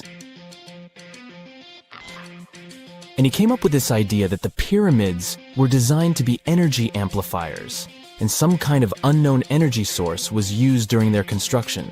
Some people thought Tesla was eccentric for coming up with these theories, but his ideas have actually had a huge impact on the way we think about the pyramids today. Researchers and scholars have been digging into his theories for years and using them to uncover some of the biggest mysteries surrounding these ancient structures. For example, recently scientists have used theoretical physics to investigate how the Great Pyramid of Egypt would react to certain radio waves. They found out that if the radio waves were a certain length, the pyramid could concentrate the energy inside its rooms and focus it under its base. The scientists did lots of calculations to figure this out. They first thought about what radio wavelengths would work best. Then they made a model of how the pyramid would react to the waves. They figured out how much of the energy from the waves would get absorbed or spread out. Lastly, they checked how the energy would move around inside the pyramid when the waves hit it. To help explain all of this, the scientists used something called multipole analysis. This is when you take a complicated object and break it down into simpler parts. Then you can see how each part interacts with the energy that's coming in. It's like taking apart a puzzle to see how each piece fits together. The researchers are interested in how all of this can be used in the future. They want to make really tiny particles that can do the same thing as the pyramid, but with light. By changing the size, shape, and the material of these particles, they can control how the light moves around them. This can be really useful for things like making tiny sensors or super efficient solar cells. The scientists had to make some guesses when they were doing their research. They assumed that there weren't any hidden spaces inside the pyramid, and that the material used to build it was all the same. But even with these guesses, they still made some pretty impressive discoveries. But the pyramid study is not the only proof that Tesla was ahead of his time. There are more Tesla's projects that seemed unrealistic at the time, but that scientists and enthusiasts reevaluate and try to implement today. Let's talk about Tesla's most ambitious project, the Wardenclyffe Transmission Tower. Back in 1900, Tesla was already a big shot when it came to electrical engineering in America. People were blown away by his amazing inventions and the fact that he managed to outdo Thomas Edison in the battle of currents. However, Tesla wasn't content to rest on his laurels. He decided to embark on his most ambitious project yet, the transmission tower at Wardenclyffe. It was built between 1901 and 1905, and it was based on one of Tesla's breakthrough ideas. He had a vision to make the impossible possible by creating a global wireless communication system. It would use Earth itself as a conductor, transmitting music, news, stock market reports, secured military communications, and even facsimile images. Does it sound familiar? Right, it sounds just like the internet that we use today, only without the use of any wires. But Tesla had a much bigger dream in mind, to transmit power wirelessly. He already proved that high-frequency signals could be sent without any wires using his Tesla coil transformers, and this sparked his obsession with wireless energy transmission. His vision was to not only transform the way we communicate, but also to find a way to transfer power currents globally by tapping into the Earth's natural energy. Tesla believed that there was an abundance of free energy all around us that could be used for humanity's benefit. In 1899, he conducted some top-secret experiments and got convinced that it was possible to transmit electrical power through the Earth's upper atmosphere. This is actually how the Wardenclyffe Tower was created. It was supposed to be the prototype station for a network of towers all over the globe that would provide the whole world with wireless energy. Unfortunately, Tesla didn't have the resources or the patience of his investors to bring this project to fruition. It ran into all sorts of financial problems and roadblocks, and in 1917, the unfinished tower was finally torn down for scrap metal to pay off Tesla's mounting debts. Now it remains a sad reminder that even the greatest minds can sometimes fall short of their dreams. The original red brick laboratory, however, is still there, and it is the only Tesla lab that has survived. Fun fact, in 2017, a film crew made a crazy discovery. They used ground-penetrating radar to explore the area around Wardenclyffe, and they found a whole series of tunnels stretching for hundreds of feet underneath the site. Nobody knows exactly what these tunnels were used for, but people have been speculating for years that they were part of Tesla's grand plan. Wardenclyffe, of course, is a major landmark for Tesla enthusiasts from all over the world. Who knows? Maybe someone will finally crack the mystery of the tunnels one day. But even if they don't, the legacy of Tesla and his amazing ideas lives on. It's nighttime, and you're about to walk inside Pharaoh Tutankhamun's final resting place. You know, King Tut. You don't have a torch, but at least you came with a flashlight.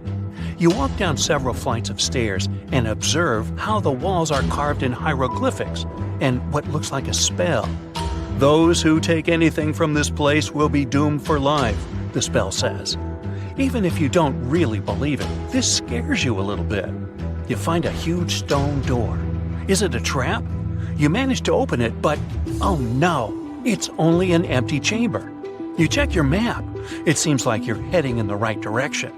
After what feels like hours, you realize you must be trapped inside a labyrinth.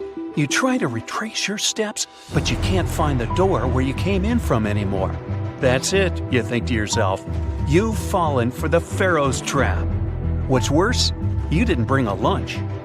Okay, so we've all seen Hollywood movies where the main character is exploring ancient ruins and faces some seriously dangerous traps, right? We've been told Egyptian royalty protected their final resting places with venomous scorpions and snakes, sliding doors that will trap you for life, and giant rolling boulders that will crush anyone on their paths. The thing is, were these traps truly real? Well, I regret to be the one to break it to you, but this is all fiction. These elaborate traps were too technologically advanced for ancient civilizations to pull off. That is not to say, however, that there weren't any traps at all. Ancient civilizations, like the Egyptians and the Mayans, are known for their practice of building entire monuments dedicated to the ones who had passed away. These structures would often reflect the position of person occupied in society. So, for the really important people, the VIPs of their times, massive monuments were built to host their bodies long after they were gone. Some of these civilizations believed that a person's life would continue on the other side of the veil. For that reason, a person would be buried together with the belongings of their current life. If they had a lot of money and power and stuff, that meant their resting places would be filled with riches and gold. Now imagine if you lived in ancient Egypt and you knew exactly where all the pharaoh's tombs were located and had heard rumors of the amount of wealth kept in these places. Maybe you would be tempted to go check it out, right? We're talking about large rooms filled from floor to ceiling with golden artifacts, jewels, and even money. I mean, it does sound tempting. And since there weren't any security guards protecting the entrance of these places, Egyptians needed to get creative as to how they would protect these riches. These old civilizations found some traps to be useful. A recurring one was building empty rooms inside the monument to confuse a burglar. Now, let's take a look at Amenhotep III's final resting place as an example. It was built in the city of Luxor, in a spot also known as the Western Valley of the Kings. Two French engineers originally discovered the monument between 1905 and 1914 CE. The structure is huge and has more than 10 chambers, connected by long corridors and steep stairways. The King's Chamber is the most hidden one, and for an outsider to try and find it, they will probably enter a lot of empty rooms beforehand. Other pharaohs tried to protect their riches by commissioning monuments with false doors concealing pits that were up to 20 feet deep. This way, an unwarned and unwanted visitor would be surprised by the deep hole on their way to the king's resting chamber. Alongside false doors, pharaohs made sure to build labyrinth-style corridors and false walls. This way, robbers could take hours or days before they found the king's real chamber. As to pits with poisonous snakes on them, if there were any reptiles inside these monuments, they probably got inside on their own and would most likely not stay there for long. There is no way snakes would survive years and years without food inside these pits. So yes, another Hollywood-induced belief right there. If these traps seem boring to you, archaeologists did find an interesting deterrent in the final resting place of the Red Queen of Palenque in Mexico.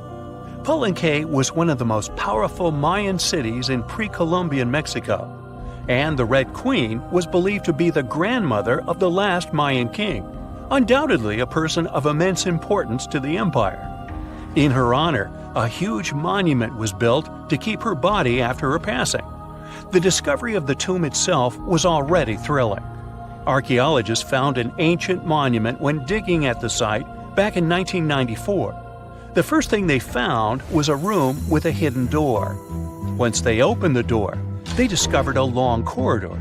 Finally, at the end of this corridor was the Queen's chamber. The team of archaeologists was beyond excited to unearth this chamber with the mummy of the Queen herself still inside it. They found her to be accompanied by her pearls, jade shells, and expensive rocks. But as the team explored the remains, they saw something rather strange. The room was filled with a red-colored powder. Researchers knew that the color red was important to the Mayan people, and that much of their clothing and buildings were decorated with this color. But they didn't understand why the queen was buried with this unknown red substance. After they took a sample back with them for further analysis, they discovered that the red powder was cinnabar, a very dangerous mineral. This powder, when inhaled, can cause, shall we say, severe health damage to a person. The team concluded that this could only be a trap for anyone trying to steal her riches. Okay, so dangerous powders might have worked as the most intense traps we've seen until now. But perhaps the cheapest way to keep out unwanted visitors was to advertise spells written out all over the monument. We'd probably laugh at these today, but back in the day, they were more or less effective.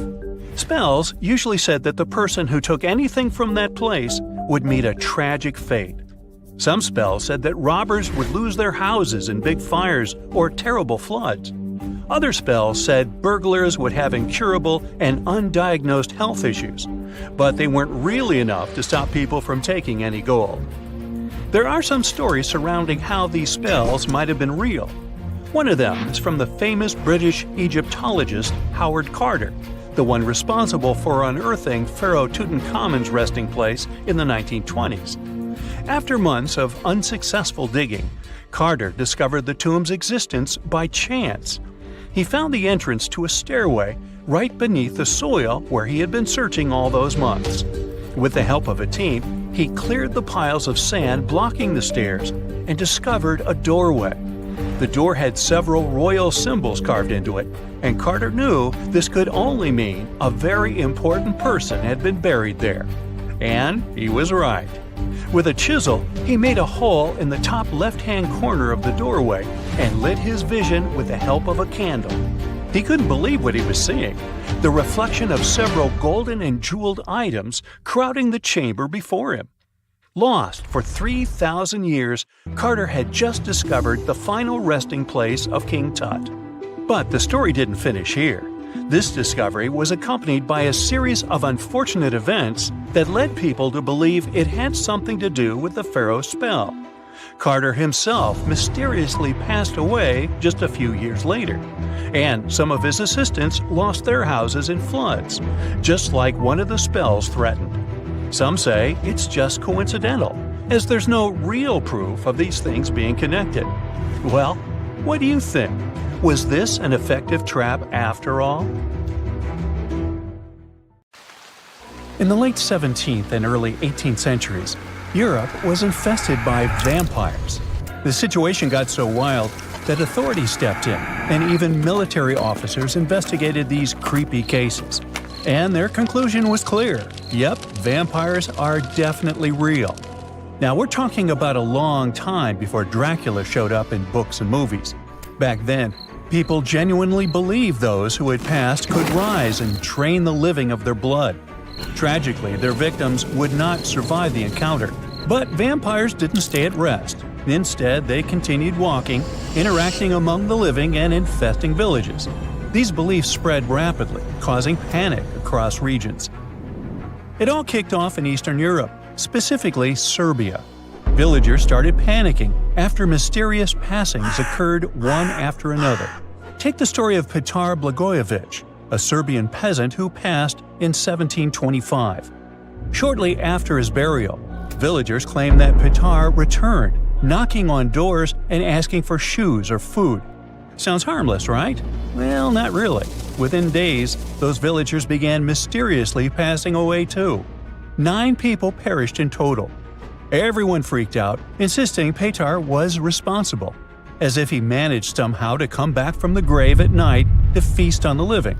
Eventually, authorities dug up Petar's body to see what was going on. They wanted to check if there were any signs that he was still alive. So they looked closely at his hair, beard, and nails to see if they had grown. And they actually had. In fact, there was no sign of decomposition at all. His body looked fresh. Then they found something even weirder. There was some blood around his mouth. And that was enough for people to say, "See, he's definitely a vampire." Then came Arnold Paoli, arguably the most infamous vampire of them all. He was a soldier who lost his life after falling off a hay wagon and breaking his neck. But there was something strange about him. Before that tragic event, Paoli claimed he had been bitten by a vampire once. Luckily, he said he cured himself by eating soil from the vampire's grave and smearing himself with its blood. Sorry, not exactly dinner table talk, eh? But hey, if he was cured, no one had anything to worry about after he was gone, right? Well, not exactly. Within a month after Paoli was buried, 4 people said they were being tormented by him. And not long after that, they were gone too. 10 days after Paoli was buried, the villagers dug him up, just to be sure everything was, well, normal. And this is where things got eerie. His body hadn't decomposed. His hair, nails, and beard had all grown longer, and fresh blood was dripping from his mouth. Remind you of someone? Yep, our guy Peter. But in Paoli's case, it was more disturbing. The blood wasn't just coming from his mouth. It was pouring from his eyes, nose, and ears. His shirt, his coffin, everything was completely soaked in red. Now, terrified, the villagers drove a stake through his heart and burned his body. Oh, and they also dug up the 4 people they believe he had targeted just to be safe. They went through the same process with them just to make sure none of them would return as vampires. Hey, who knows? But their vampire nightmare didn't stop there. A few years later, in the winter of 1731, a new epidemic occurred. 13 people passed within several weeks. Eventually, even local authorities stepped in, sending official investigators to calm things down. Their reports, incredibly, concluded that the vampire attacks were real, at least according to witnesses. That official validation changed everything. It kicked off a wave of vampire hysteria all across Europe. But why was everyone so quick to believe those who had passed away were coming back? One big reason was how little people understood health problems at the time. Bodies that appeared fresh or swollen after burial, blood around mouths, or even fingernails and hair seemingly growing, these natural post-mortem changes were mistaken for supernatural signs. Another thing villagers misunderstood was decomposition itself. Natural gases cause bodies to bloat, making them look as if they had recently been active. This terrifying image reinforced local beliefs that these people weren't at rest, but instead returning to cause harm. Plus, under certain circumstances, the decomposition process can be delayed for a long time. One reason this can happen is because of something called saponification. This is a natural process that happens when a body is buried in a cold and damp place, exactly like in some parts of Eastern Europe. In this kind of environment, the fat in the body can turn into a waxy soap-like substance. This wax covers the body and helps stop it from rotting. Okay, but how to explain the nails and hair growing? It's more like an optical illusion, not real growth. Now what happens is that the skin dries out and pulls back a little. When the skin shrinks like that, it makes things like stubble on the chin or fingernails look longer than they were before. But that's not the case. And what about the blood? Well, it turns out science has an explanation for that too. How long blood stays liquid after someone passes depends a lot on the surrounding temperature. In colder places, it can stay fluid for days. So if a body was dug up, there's a good chance they'd still find liquid blood in the veins. It might have looked strange, even scary, but it was just the cold doing its thing and slowing everything down. Medical researchers today believe that many so-called vampire symptoms match up with conditions like rabies. Back then, most people in these communities kept animals around, and villages were usually near forests full of wildlife. And there's still no truly effective cure for rabies. This condition can cause things like insomnia, aggression, biting, and even a fear of water, which lines up closely with the way vampires were described. So it turns out all these supposed supernatural events had logical explanations. Today, we might make fun or roll our eyes at the idea of real vampires roaming around Eastern Europe. But back then, those fears were taken very seriously. Whole communities were thrown into panic. There are plenty of documented cases where families dug up their loved ones and removed their hearts, all because they believed the person was a vampire behind the strange things happening to the rest of the family. And newspapers across the continent picked up these stories, spreading the fear far beyond where it all started. What's wild is that stories about blood-sucking creatures didn't just show up in Europe.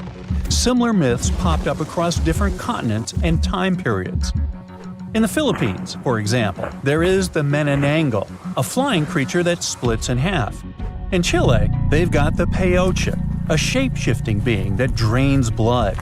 And in Australia, some indigenous tribes told stories of the Yaramayahu, a little red creature that drops out of trees and drinks your blood with suckers on the ends of its hands and feet. How cute! Well, back in Europe, the hysteria faded by the late 18th century, thanks to growing medical knowledge. But as you know, the legend never really went away. It just shifted into literature and gave rise to famous characters like Dracula. The author, Bram Stoker, was inspired by stories that had been going around since the 1700s. But he turned them into romanticized fictional monsters. You know, sharp teeth, pale skin, black clothes, that whole thing. And that was different from what the villagers believed they were dealing with. And, in a way, those frightened villagers weren't completely wrong. Something was draining those people's lives. But it wasn't vampires. It was just misinformation mixed with a whole lot of imagination running wild. So, next time you see a vampire movie or read a scary story, remember that behind the fiction lies a fascinating truth. A real wave of fear, confusion, and panic that swept Europe nearly 300 years ago, leaving a chilling legacy that still fascinates us today. Let's face it, most ancient tombs have been looted at least once. No matter how scary the rumors could have been, most mummies were open too. But one. This is the Bashiri mummy, and it puzzles everyone so much that nobody dares to see what's inside. Meet Howard, but you must know him already if you're into Egyptian history. He's primarily famous for discovering King Tut's tomb back in 1922. But few people know that before this revolutionary discovery, he had probably found another mummy. It happened in 1919, and it goes by several names, either the Bashiri mummy or the Mummy of Pacheri, or the Untouchable One. Some reports say that Howard stumbled upon the Bashiri mummy in Luxor's Valley of the Kings, just where he would later find Tut's tomb. Despite this find, not much is known about this particular mummy. The reason why it's still unharmed in any way is not because of some superstitions, but because nobody is sure that they can undo what they do if something goes wrong. The mummy is so intricately wrapped that researchers never unfurled it for fear of irreversible damage. The golden rule of anyone who works with antiquities: if you're not sure you can't make it better or preserve it unchanged, do not touch it. History knows many examples of ancient relics ruined beyond repair. Say Ecce Homo. or smiling statue restoration. The delicate fabric that covers the mummy's face has this cool design that kind of looks like a pyramid. The researchers are not 100% sure, but this might be the only one of its kind with that embalming style. But without knowing the ancient technique, it's next to impossible not to ruin the mummy while unwrapping and wrapping it back. Back in the day, people, both experts and looters, would unwrap mummies for all sorts of reasons, mostly to study them. Luckily, these days, we have advanced tech that lets us check out what's inside a sarcophagus without having to unwrap anything.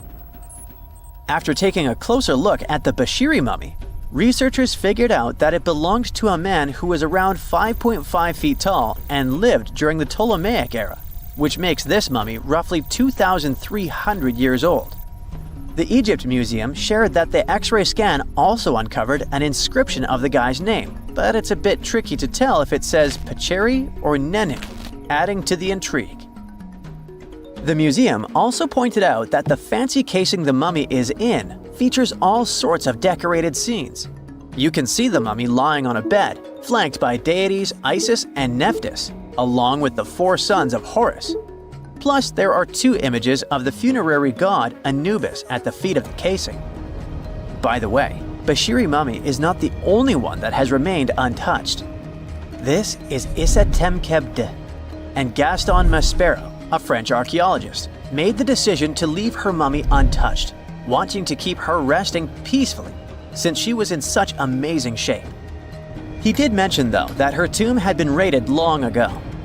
Thanks to some X-ray work, we learned more about the mummy. The scans revealed a few artifacts still wrapped up with the wife of a high priest, including amulets around her neck, right arm, and forehead.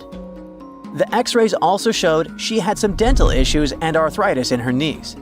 While she passed away as an older woman, it's tough to pinpoint her exact age. However, various sources from her son's reign indicate that she was held in high regard in the kingdom. Isitemkebd served as the sister wife of Penejim II. You got me right, they were related by blood and were siblings, but back then it was pretty common to get married this way to preserve the purity of the bloodline. Say that to Habsburg, duh. Their chase for purity only led to inbreeding and the notorious Habsburg's jaw. Right, I guess we should not judge ancient Egyptian rules and morals, but what we can say for sure is that both Bashiri and Isitemkebd were incredibly lucky to stay untouched. The odds were not in King Tut's favor, though. The researchers' work hit him hard. The tomb itself was discovered in 1922, but it wasn't until 1925 that the nested coffins were opened during an excavation. The outer coffin, held together with silver pins, opened up to show another coffin shaped like a mummy, decorated with colorful glass and flower garlands. There were worries about the king's mummy because it had been exposed to moisture. The middle coffin was pretty heavy and didn't have any handles, so they had to be super careful taking it out. Inside the innermost coffin, which was solid gold and wrapped in a red cloth, they found the royal mummy, and this all went down on October 28, 1925. Tutankhamun's mummy, measuring about 6.07 feet, fit snugly into the innermost coffin, which was 6.17 feet long. You can already tell there was a problem, right?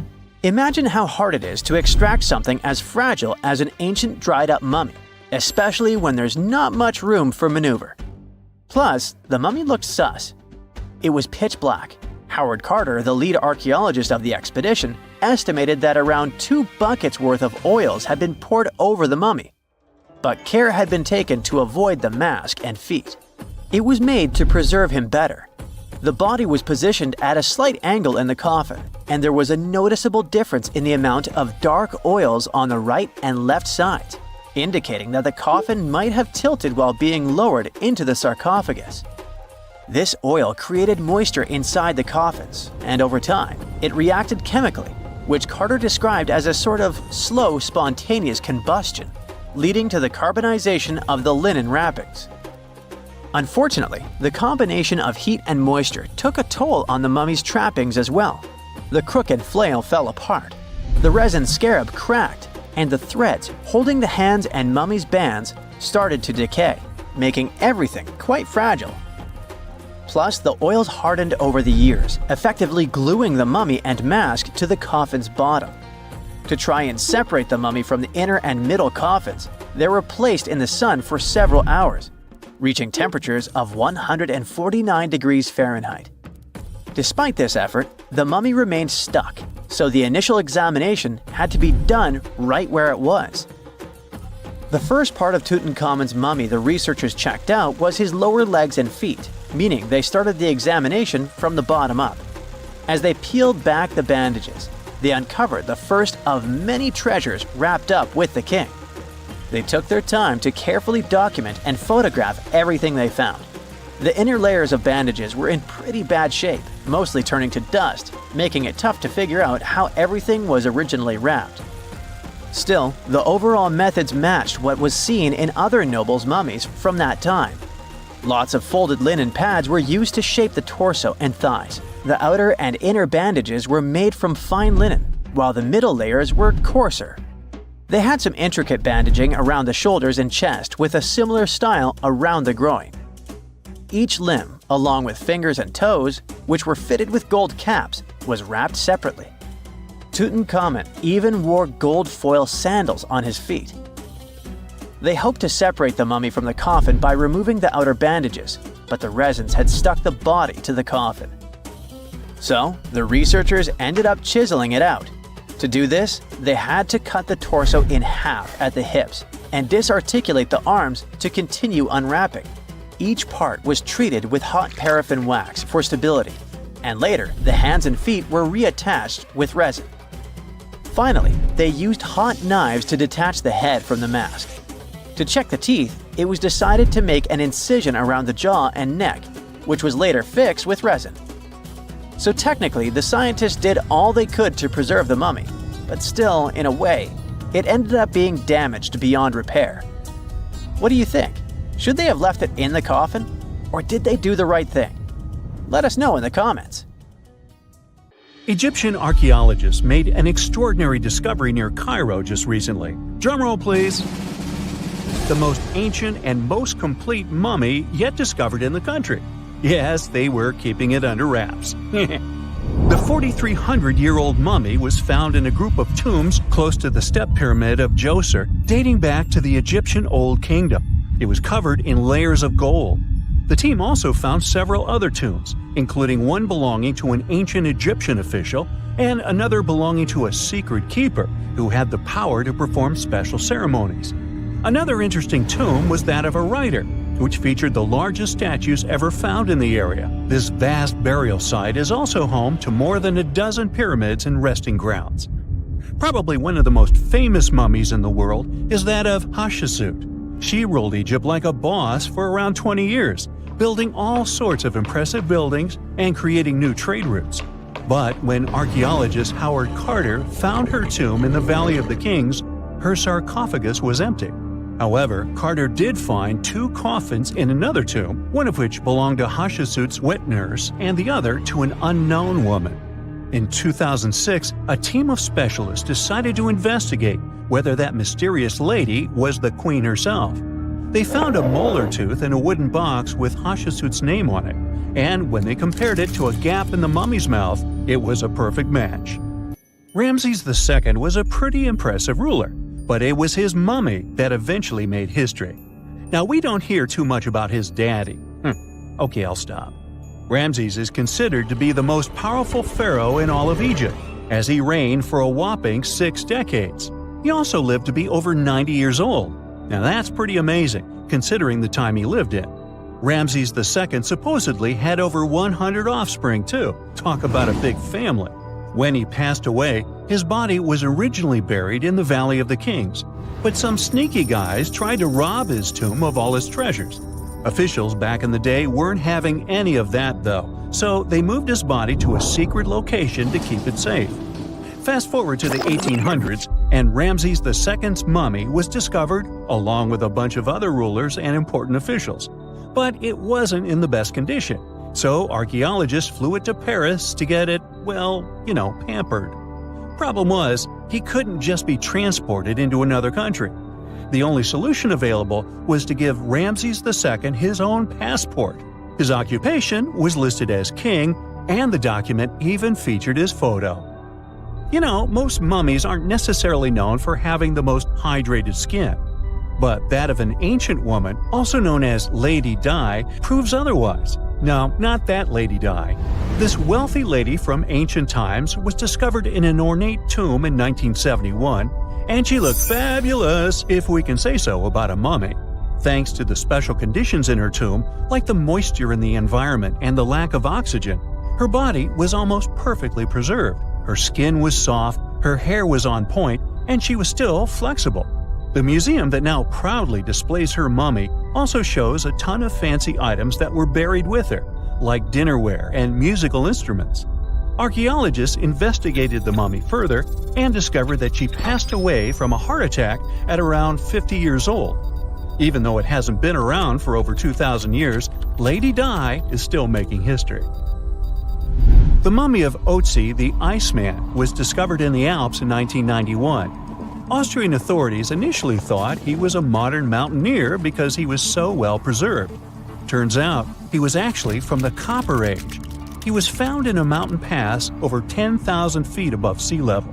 Through studying his mummy, we've learned so much about life in Copper Age Europe. For example, we know that he was a native of Central Europe and enjoyed eating meat. He also suffered from arthritis, narrowing arteries, and intestinal problems. But he likely used acupuncture and medicinal herbs to treat these conditions. And apparently, he was pretty handy with tools. He sharpened them just days before his untimely demise. Who knows if he was expecting trouble or just getting ready for some routine work. Now, King Tut and his story is most likely the one that made all mummies famous. This pharaoh passed away at the young age of 19, more than 3,000 years ago. But his mummy is still one of the most well-known in the world. When his tomb was opened in 1922, people went wild because it was still intact, unlike many other royal tombs. It had some seriously blinged-out coffins, including one made of solid gold.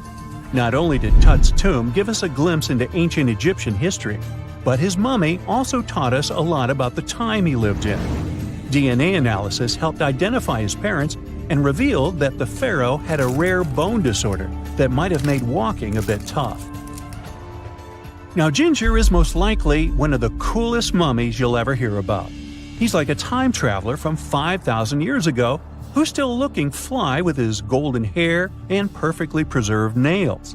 Ginger was discovered in Egypt and is believed to be the earliest known mummified body.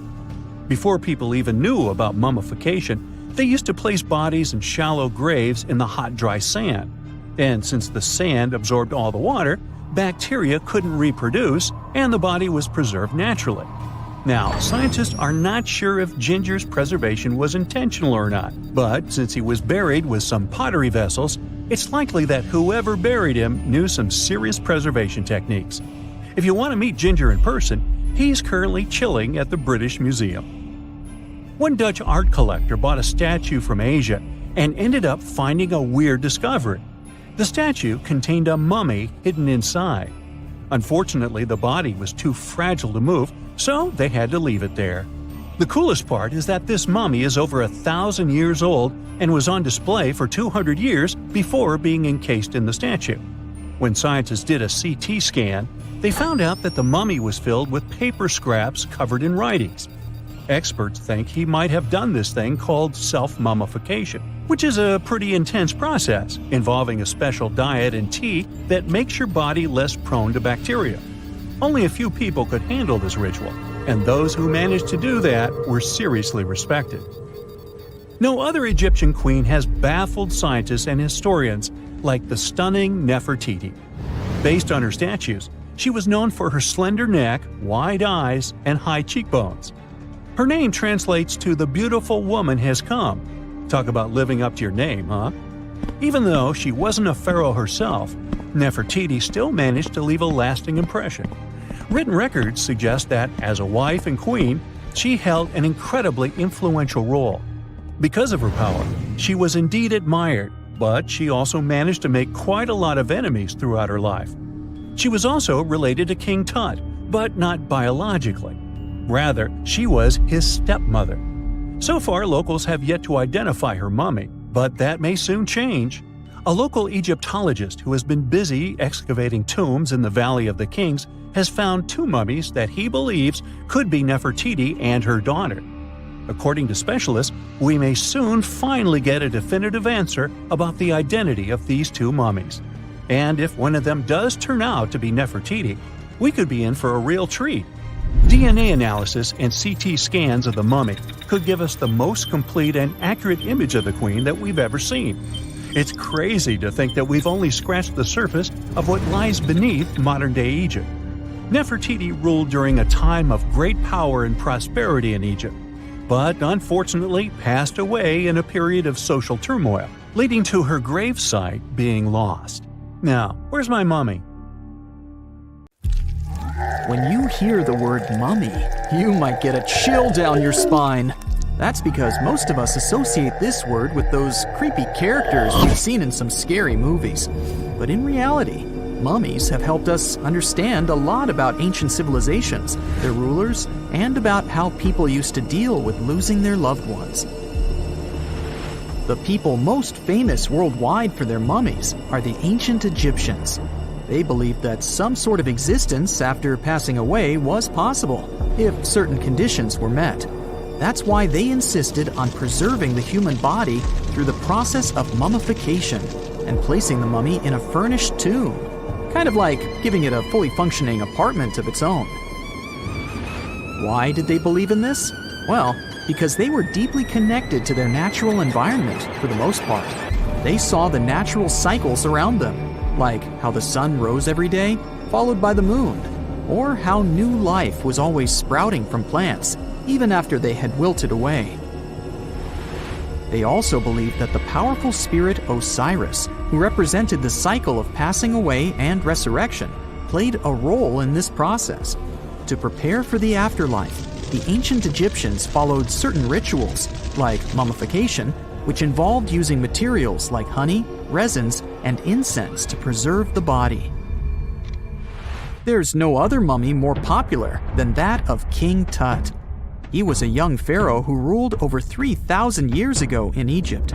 The problem with discovering ancient royal tombs is that most of such burial sites were previously robbed. People knew ancient rulers had been left with many valuable belongings, so those locations became vulnerable to thieves. When King Tut's tomb was opened in 1922, people were excited because it had not been robbed, like many other previously discovered royal tombs.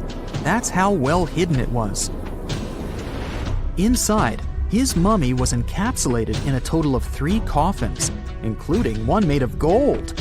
The objects found in his tomb showed us what ancient Egypt was like, and studying his mummy also helped us learn about the culture and practices popular at the time when he passed away. We also learned about his family by looking at his DNA. Scientists were able to discover that he had had a disease called malaria and a problem with his foot that might have made it hard for him to walk. Ramses II was another pharaoh in Egypt who ruled for 68 years, which was quite a lot back in the day. He was known for his expansion campaigns and building projects. Many objects from his time as a ruler still exist today, including a large statue of him.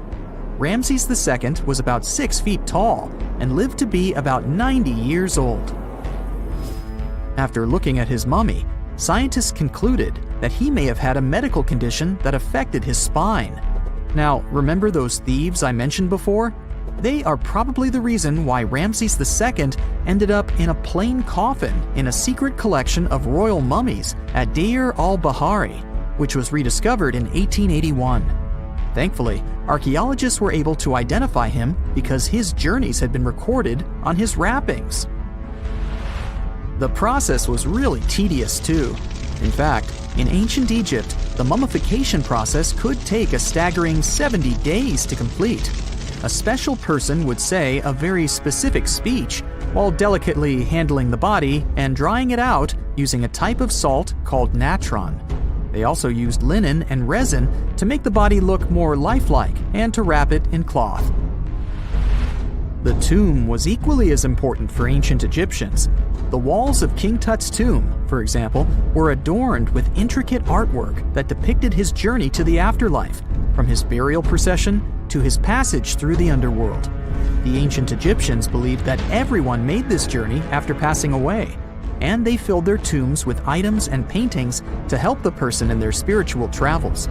Additionally, the walls of the tomb were decorated with spells from a special book, which contained a collection of poems that the Egyptians believed would help people reach the afterlife. And speaking of how important this journey was, people also placed food in these ancient tombs. In King Tut's tomb, archaeologists discovered 36 jars of vintage beverages and 8 baskets of fruit, which were believed to be left there to help him in his journey to the afterlife. The Egyptians believed that traveling to the afterlife took a really long time, so they left a lot of supplies, such as food and water, to sustain their loved ones. Pharaohs also generally had numerous luxurious garments and beautiful jewelry in their tombs to ensure that they would have a fashionable journey. These items included various types of linen clothing, such as tunics, scarves, gloves, and headdresses, as well as a lot of gold jewelry with precious stones, like bracelets, buckles, pendants, necklaces, rings, and even precious depictions of insects for protection. Some were also deposited with fans made from ivory and ostrich feathers to keep them cool in the afterlife. Some ancient rulers were even placed in their forever apartments along with boats. For example, Pharaoh Khufu built the Great Pyramid at Giza as his tomb, and a large ship was found inside. King Tut, however, was buried with multiple boat paddles, but no actual boat. Instead, he had 3 chariots and numerous walking sticks made of precious materials, perhaps indicating he'd rather travel to the beyond by land, not by water. Amongst the most interesting objects found near ancient mummies are bottles of oils and perfumes. If rulers were supposed to be fashionable, why not smell nice too, right? Also, some of them had some ancient kinds of board games, most of them made out of precious materials like gold or ivory. One of those games was called Senet. It was very popular amongst the ancient Egyptians and very similar to modern-day chess. The ancient Egyptians may have the most famous mummies out there, but they weren't the first to invent the procedure. In fact, it all started in South America with an ancient civilization named the Chinchorro. As far as we know today, these people were the first to mummify their loved ones that had passed away. They did it somewhere around 2,000 years before the Egyptians started their own rituals. Sure, we can tell a lot about ancient rulers by studying these mummies, but until recently, we had no idea what they really looked like during their lifetime. Not so long ago, though, some very special mummy paintings were found by archaeologists studying ancient Egyptian objects. These mummy portraits are highly detailed paintings of individuals that were made while they were still alive. Such paintings were often painted on wood, as opposed to the classical portraits we all know about, which are painted on canvas. They are known for their realism and beauty, and have even been used by researchers to diagnose diseases by comparing them to the corresponding mummies. Some of these portraits also include depictions of jewelry, which was later found on the mummies. The recent discovery of these mummy portraits in Central Egypt is significant, as it marks the first time in over a century that such paintings have been found. Mummies appeared all around the world naturally, too.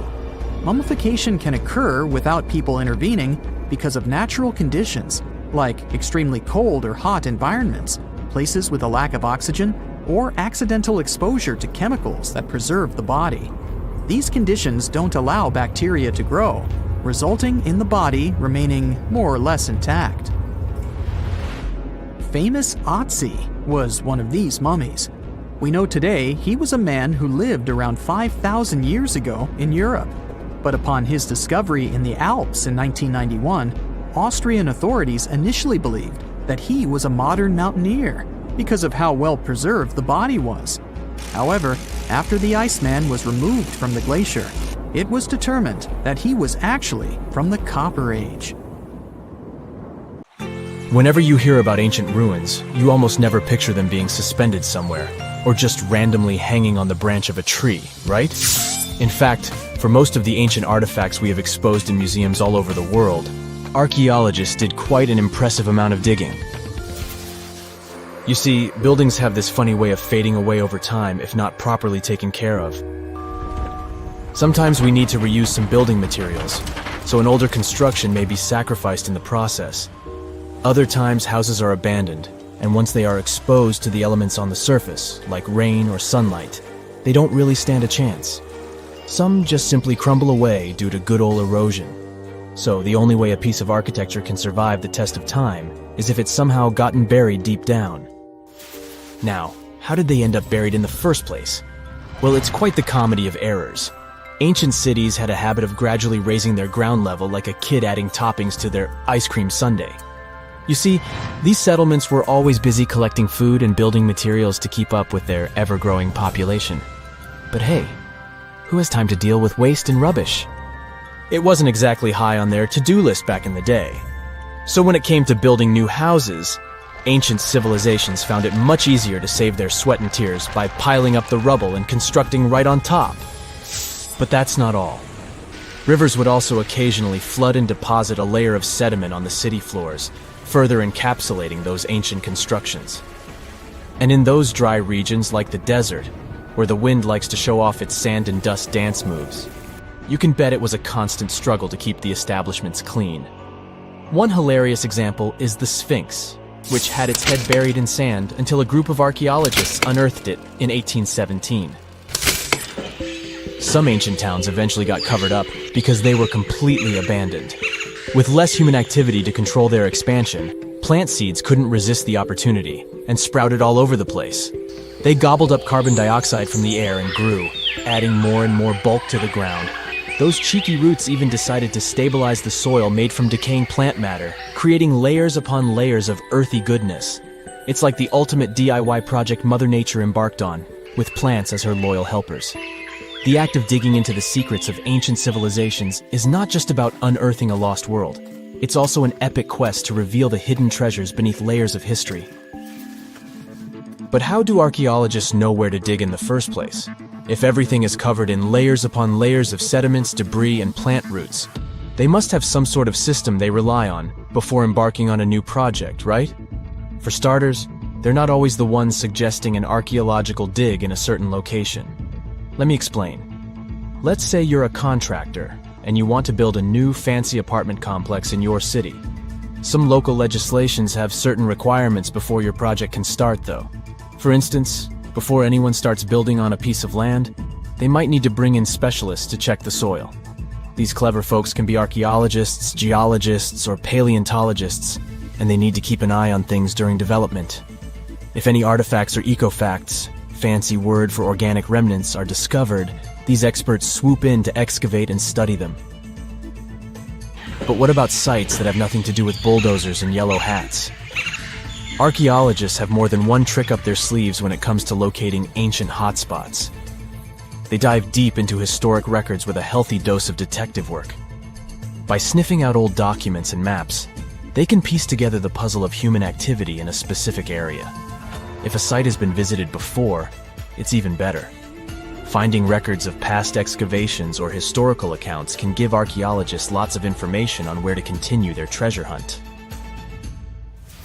Before archaeologists start swinging their shovels, they engage in a bit of a visual scan mission. Armed with a grid system, they'll stroll around the site, keeping their eyes peeled for any artifacts that might be hiding just beneath the Earth's upper layer. From groundstone tools to historic glass and even ancient garbage dumps, yes, they're also valuable. These keen-eyed explorers can spot signs of human activity faster than most people. If they stumble upon midden soil, fancy term for a garbage dump, they know for sure that humans once called this place home. Archaeologists don't just rely on their trusty shovels, though. They have an arsenal of gadgets to aid in their search for hidden wonders. Geophysical tools are like their secret weapons. Take the resistivity meter, for example. This clever contraption measures the electrical component of the soil and any buried features or artifacts. A buried wall, for instance, will create a different resistivity reading than the surrounding soil. Magnetometers and ground-penetrating radar work in similar ways, showcasing potential hints of ancient treasures in the soil. And who could forget our trusty old friend, the GPS? It helps archaeologists map out precise locations, like a high-tech treasure map, leading them straight to their pot of gold.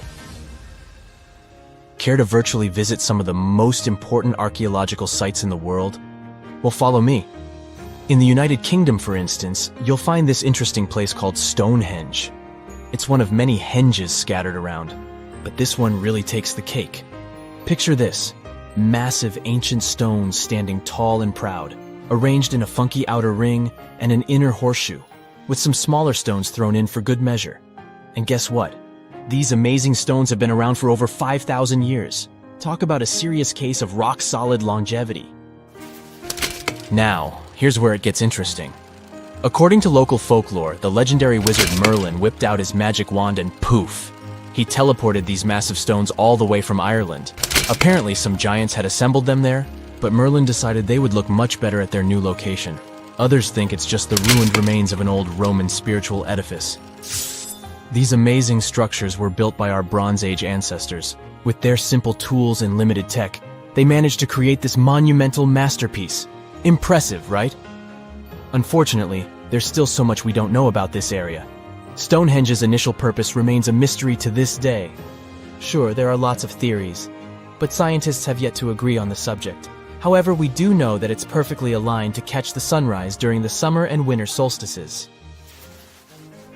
The ancient city of Pompeii is an equally amazing archaeological site. Picture this: Mount Vesuvius, a notorious troublemaker, decided to throw a volcanic tantrum and completely covered this ancient Roman city. It turned it into a time capsule, located outside present-day Naples in Italy. Fast forward to the year 1748, when a bunch of adventurous explorers stumbled upon Pompeii. Lo and behold, they discovered a treasure trove of well-preserved goodies: streets, houses, food, probably a bit stale by then, blingy jewelry, fancy sculptures, colorful frescoes, everyday household items, and even animal and human remains.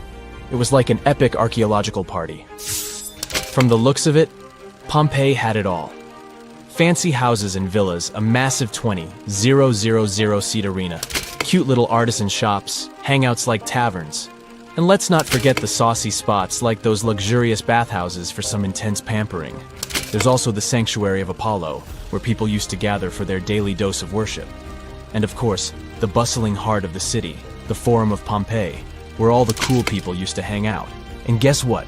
Pompeii is so cool that it made it to UNESCO's World Heritage List back in 1997. That's like the ultimate Hall of Fame for historical awesomeness. It also includes many other famous buildings and sites, like the Taj Mahal in India and the Acropolis of Athens in Greece. They found the tomb of a royal doctor who lived over 4,000 years ago, a man who held pharaohs' lives in his hands. This man knew secrets that only deities and kings were allowed to hear. And yet, when they opened his tomb in 2024, there was no body, just vivid paintings, untouched by time, and cryptic symbols carved into stone. Who was he, and why was he buried with spells linked to a scorpion deity? The tomb was buried deep beneath the sands of Saqqara. The doctor's name was Tete Nebefu. He lived around 4,100 years ago, during one of Egypt's most mysterious turning points, right at the edge of glory and collapse. These were the final days of Egypt's Old Kingdom. The sun still glinted off freshly built pyramids, but the shadows were already creeping in. The pharaoh, Pepi II, had ruled longer than anyone before him, 90 years. But by the end of his reign, the country was cracking.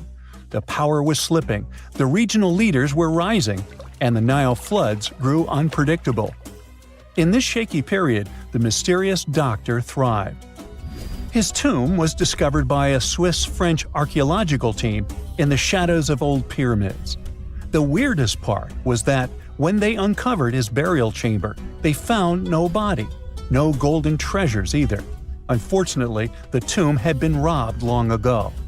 But what remained was something even more fascinating: the words and images left on the walls. The paintings are still vibrant, bright colors that somehow survived all those years underground. The walls show jars, containers, strange abstract patterns, and geometric shapes. And then there are hieroglyphs, lines and lines of sacred script carved with precision, like someone had poured their soul into every curve. These inscriptions revealed who Teti Nebe Fu truly was. Turns out, he wasn't just any doctor. He was the conjurer of Serket. Now, Serket was the female deity of scorpions, sacred and terrifying. Egyptians believed she could stop venom, heal bites, and protect the living from toxic elements.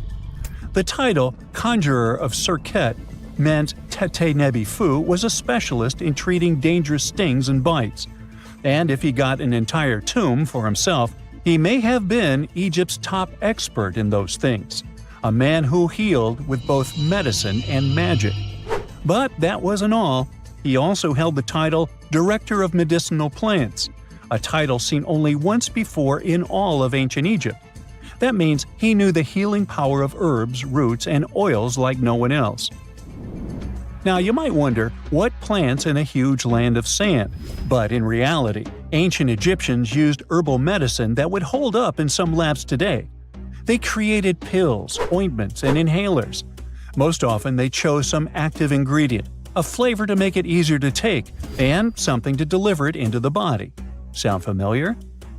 And yeah, they didn't have many traditional plants, so some of these ingredients were bizarre by our standards, like using crocodile dung and acacia mixed with honey. They even had formulas for anti-wrinkle creams. And apparently, our mysterious healer was also chief dentist. This title is almost never seen in ancient records. Evidence of Egyptian dentists is incredibly rare. Turns out, our ancient genius didn't just fight stings and study plants. He was also trusted with teeth and jaws, which were actually a huge problem in ancient Egypt. These people may have built wonders, but their teeth paid the price. Ancient Egyptians constantly caught grains of sand in their mouths. They often ate grit-filled bread and raw vegetables, which wore down enamel and caused a horrible condition called attrition. This led to tons of problems, including tooth loss. They had to improvise back in the day. For example, crafting the world's oldest known toothpaste from crushed rock, mint, and pepper, which ironically only made things worse for the gums. Or a toothpaste from things like eggshells, pumice, and natron, a salty mineral used for cleaning. They were also inventing mouthwashes from celery, bran, and herbs to ease the problem. Some mummies were even found with crude metal braces and gold wires attaching missing teeth. Though we're not sure if these were for the living, or was it just a nice little addition added as an afterlife gift. So, Teti Nebe Fu specialized in all these fields. 3 rare titles for one man. Now, back in the day, he must have been admired as incredibly knowledgeable. In a world without modern science, he would have been like a sorcerer who knows how some leaf or bark could save a life. That's why archaeologists believe Teti Nebe Fu wasn't just any doctor. He was, most likely, the royal physician, the one who treated the pharaoh himself. We don't know for sure which king he served. Maybe it was Pepi II, and who knows, maybe that's why the guy lived so long. But if that was the case, Teti Nebe Fu may have lived through the final moments of the Old Kingdom, watching the Golden Age crumble from inside the palace walls. And then he was buried. The body was looted, or perhaps just lost to time. But the team says they're still studying the tomb, still uncovering the traces of this incredible man. Overall, ancient Egyptians were practicing medicine on a crazy advanced level. Some practices feel familiar even today. They had hospitals, specialists, surgeries, and many more things, even medical schools. Both men and women were allowed to be doctors. They healed with various methods and practiced surgery with actual tools, scalpels, forceps, even sutures. Some doctors treated only the eyes, others the teeth, the stomach, or even what they called the hidden diseases. They knew how to clean and dress wounds, could set broken bones using splints made of wood or reeds wrapped in linen, and even prevented infections. There were even proctologists. They also built the first prosthetics, like a wooden toe with leather straps that help people walk normally again. The oldest known prosthetic is 3,000 years old. Now, the most shocking part is how they actually even tried to remove tumors. A recent study looked at a 4,000 years old skull. It belonged to a man in his 30s. There were signs of past tumors, and around 3 of them, there were marks, surgical cuts made with a metal tool. That suggests someone attempted to remove or study them, maybe treatment, maybe an autopsy. There was another skull of a woman over 50 years old. It also showed similar signs, but with healed fractures from an earlier injury, which is amazing because her treatment might have actually been successful. Being a healer in this society meant something powerful. It meant being a priest, a scientist, and a magician all at once. To ancient Egyptians, medicine was a necessary art, and they treated it with as much reverence as they did their deities. That's because they believed that sickness could be both physical and spiritual.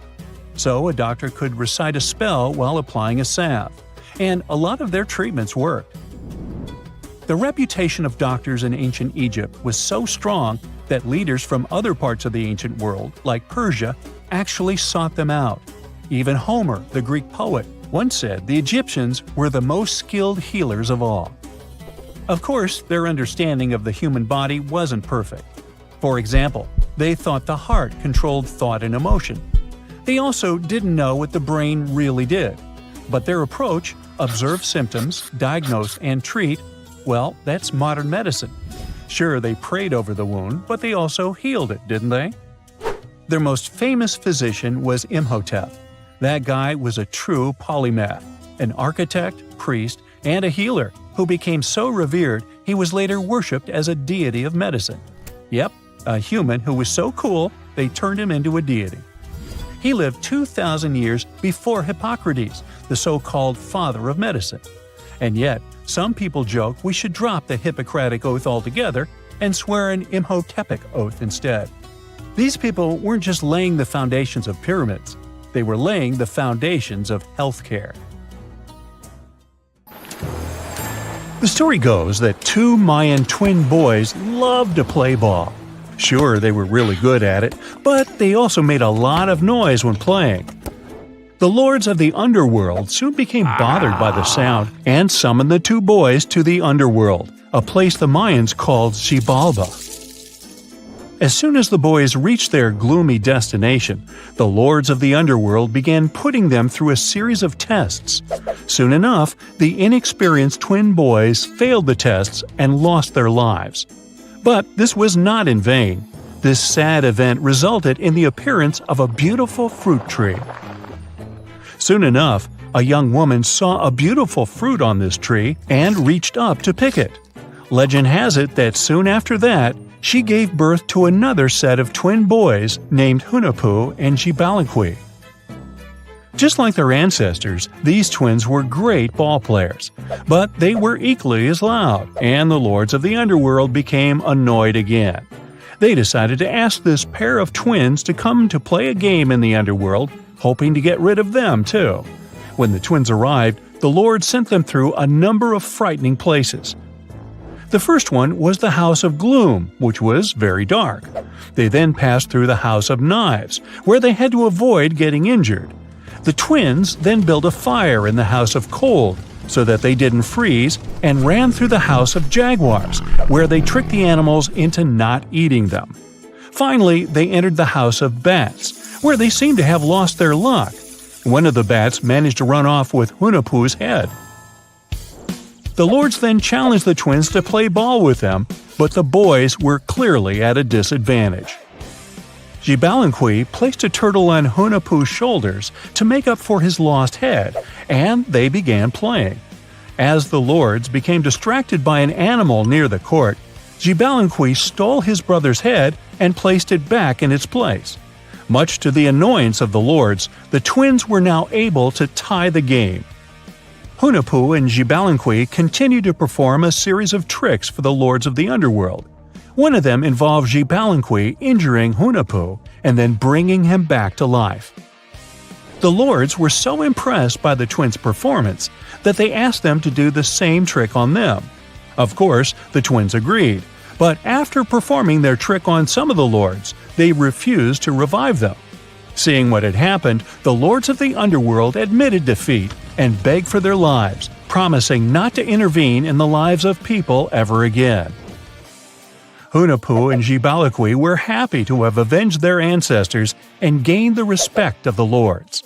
Legend has it that the lords of heaven were so impressed by the twins that they took them to live in the sky by turning them into the moon and the sun. The Maya civilization was one of the most dominant indigenous societies in history, and their folklore and traditions are still discovered and studied today. They used to live in a territory called Mesoamerica. It was made up of modern-day Mexico and parts of Central America like Guatemala, Belize, Honduras, Yucatan Peninsula, and El Salvador. They lived from 1800 to 900 BCE and up to 900 to 1500 CE. Apart from their impressive legends, the Maya were very skilled inventors.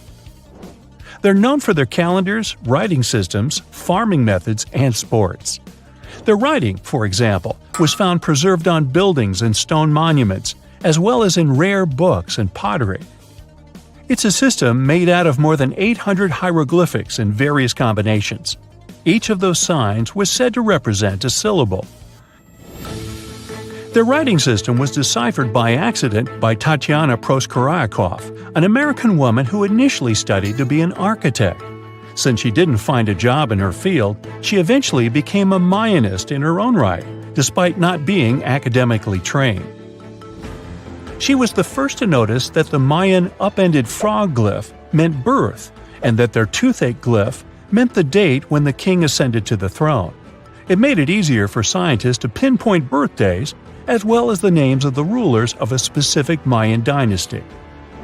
They also invented the concept of zero, which is seen as one of the greatest innovations in mathematics, physics, and human history altogether. Sure, even back then, people understood the idea of having nothing, but the concept of zero as a number is a relatively new invention. A fun fact about Mayans is that they really liked hats. The bigger your hat was, the more important you looked. Not only was it a sort of fashion statement, but it also made them look taller, which was a big deal for their aesthetic. The Mayans also came up with one of the most intricate and complex calendars in human history. It was the first to use zero as a placeholder. Their calendar ended on December 21st, 2012, which led some people to believe that it translated to the end of the world. Obviously, that was not the case. It just so happened that the date coincided with the end of a Mayan cycle of years.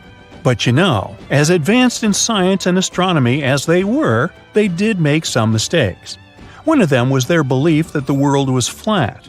Their theory was that the four corners of the world were watched by the brother lords, who kept the sky from falling over their lands. Hats off for their menus, though, as they were well-known chocolate eaters. They turned eating chocolate into a form of art. The drink they made wasn't really like the hot chocolate we enjoy today, though. The recipe included mixing cacao with water, honey, chili pepper, cornmeal, and other ingredients to make a foamy, spicy drink. The ritual of drinking cacao was a crucial part of their celebrations. We're not done discovering all the amazing parts of their architecture and civilization. It was only a few years ago that a Maya pyramid was found at Tonina, in the Mexican state of Chiapas. It was estimated to be more than 1,000 years old. The reason why it escaped archaeologists for so long was that it lay hidden under what was believed to be a natural hill. The ruins of two Mayan cities have been recently discovered in the Mexican state of Campeche. Why didn't we find them until now? Well, they were concealed by really thick vegetation, which made it difficult for archaeologists to reach them. The Mayans didn't just disappear. Their descendants are still around today, many of them choosing to live in their ancestral homelands. You can find them in Guatemala, for example, where the Maya people make up the majority of the population. Overall, the Maya ethnic group contains people that speak different Mayan languages, such as Yucatec, Quiche, Quechua, or Mopan. They had no idea what a spa day was, but the Mayans really enjoyed a nice sweat once in a while. Sweat lodges were discovered around ancient Mayan sites. They were built out of stone or adobe. These rooms were an essential part of their cleansing and healthcare rituals. One of the earliest sweat lodges was found in Quello in northern Belize and appeared to date back 3,000 years. One of the most important parts of the Mayan culture was a ball game which they named Pix. It had both political and spiritual significance. We can see ball courts at important parts of Mayan archaeological sites. The main goal of the game was to pass a rubber ball through a very high stone hoop without using your hands. Basically, it was a combination of soccer and basketball. However, it could have serious consequences. The loser could, at times, even lose his own life. Ooh, high stakes indeed. Because of this game and the need for bouncy balls, the Mayan people were some of the first cultures to use rubber. They made it using natural latex. There were different kinds of rubber depending on what natural substances the latex was mixed with. And that, my friend, is the way the ball bounces. Sorry, but you know me, I just couldn't resist. You have heard about Nikola Tesla. You have definitely heard about the Great Pyramids in Egypt. But what if I told you that Tesla may have probably uncovered the ancient mystery surrounding the pyramids? Wait, what? Is this a crossover episode? Nope. It's highly probable that the secrets of the pyramids are hidden in plain sight. But first, let's recap what we know about the pyramids. What's so mysterious about them? I mean, they are just old quirky buildings, aren't they? One of the biggest questions is how they were built. Some people think that the pyramids were created by people using only their hands and muscles. But others think that there might have been some kind of crazy energy source that we don't know about yet. Like, what if aliens helped out or something? Just kidding. But this idea of some unknown energy source being used to build the pyramids has been around for ages. Even in old texts, like the pyramid texts, it talks about how the gods gave us something to build a great power. So maybe there was something really powerful and mysterious going on back then? Who knows? Back in the early 1900s, he got obsessed with the Great Pyramids of Egypt. He read numerous books about these ancient structures and was blown away by how much energy they seemed to have. At that time, not many people knew much about electricity, and Tesla started to wonder if there was some kind of advanced tech hidden in the pyramids. He had an idea that the power of the pyramids had to do with electromagnetism, and he put a lot of time and effort into trying to figure out the mystery. Tesla had some pretty unusual theories about the Great Pyramids. He thought that they could actually store and move electricity, which could then be used to power up the areas around them. He also had this theory that the pyramids were built using some kind of crystal energy. He believed that the chambers inside the pyramids could have these super powerful crystals that could control the electromagnetic fields. But that's not all. Tesla also had this idea that the materials used to make the pyramids had properties that allowed them to trap energy from the sun and the moon. And not just a little bit of energy. He thought that the pyramid could actually create this massive energy field that could light up whole cities or even brighten up dark places. He thought that the pyramids could be used as giant power plants to generate electricity and run machines. Tesla even believed that the pyramids were somehow linked to cosmic energy, which could be used for spiritual enlightenment and healing. How very new age of him. Anyway, Tesla wasn't just pulling these ideas out of thin air. He was seriously into studying everything he could about the pyramids, from ancient artifacts and texts to hieroglyphs and drawings. And he came up with this idea that the pyramids were designed to be energy amplifiers, and some kind of unknown energy source was used during their construction. Some people thought Tesla was eccentric for coming up with these theories, but his ideas have actually had a huge impact on the way we think about the pyramids today. Researchers and scholars have been digging into his theories for years and using them to uncover some of the biggest mysteries surrounding these ancient structures. For example, Recently, scientists have used theoretical physics to investigate how the Great Pyramid of Egypt would react to certain radio waves. They found out that if the radio waves were a certain length, the pyramid could concentrate the energy inside its rooms and focus it under its base. The scientists did lots of calculations to figure this out. They first thought about what radio wavelengths would work best. Then they made a model of how the pyramid would react to the waves. They figured out how much of the energy from the waves would get absorbed or spread out. Lastly, they checked how the energy would move around inside the pyramid when the waves hit it. To help explain all of this, the scientists used something called multipole analysis. This is when you take a complicated object and break it down into simpler parts. Then you can see how each part interacts with the energy that's coming in. It's like taking apart a puzzle to see how each piece fits together. The researchers are interested in how all of this can be used in the future. They want to make really tiny particles that can do the same thing as the pyramid, but with light. By changing the size, shape, and the material of these particles, they can control how the light moves around them. This can be really useful for things like making tiny sensors or super efficient solar cells. The scientists had to make some guesses when they were doing their research. They assumed that there weren't any hidden spaces inside the pyramid, and that the material used to build it was all the same. But even with these guesses, they still made some pretty impressive discoveries. But the pyramid study is not the only proof that Tesla was ahead of his time. There are more Tesla's projects that seemed unrealistic at the time, but that scientists and enthusiasts reevaluate and try to implement today. Let's talk about Tesla's most ambitious project, the Wardenclyffe Transmission Tower. Back in 1900, Tesla was already a big shot when it came to electrical engineering in America. People were blown away by his amazing inventions and the fact that he managed to outdo Thomas Edison in the battle of currents. However, Tesla wasn't content to rest on his laurels. He decided to embark on his most ambitious project yet, the transmission tower at Wardenclyffe. It was built between 1901 and 1905, and it was based on one of Tesla's breakthrough ideas. He had a vision to make the impossible possible by creating a global wireless communication system. It would use Earth itself as a conductor, transmitting music, news, stock market reports, secured military communications, and even facsimile images. Does it sound familiar? Right, it sounds just like the internet that we use today, only without the use of any wires.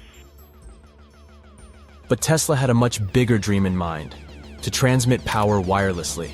He already proved that high-frequency signals could be sent without any wires using his Tesla coil transformers, and this sparked his obsession with wireless energy transmission. His vision was to not only transform the way we communicate, but also to find a way to transfer power currents globally by tapping into the Earth's natural energy.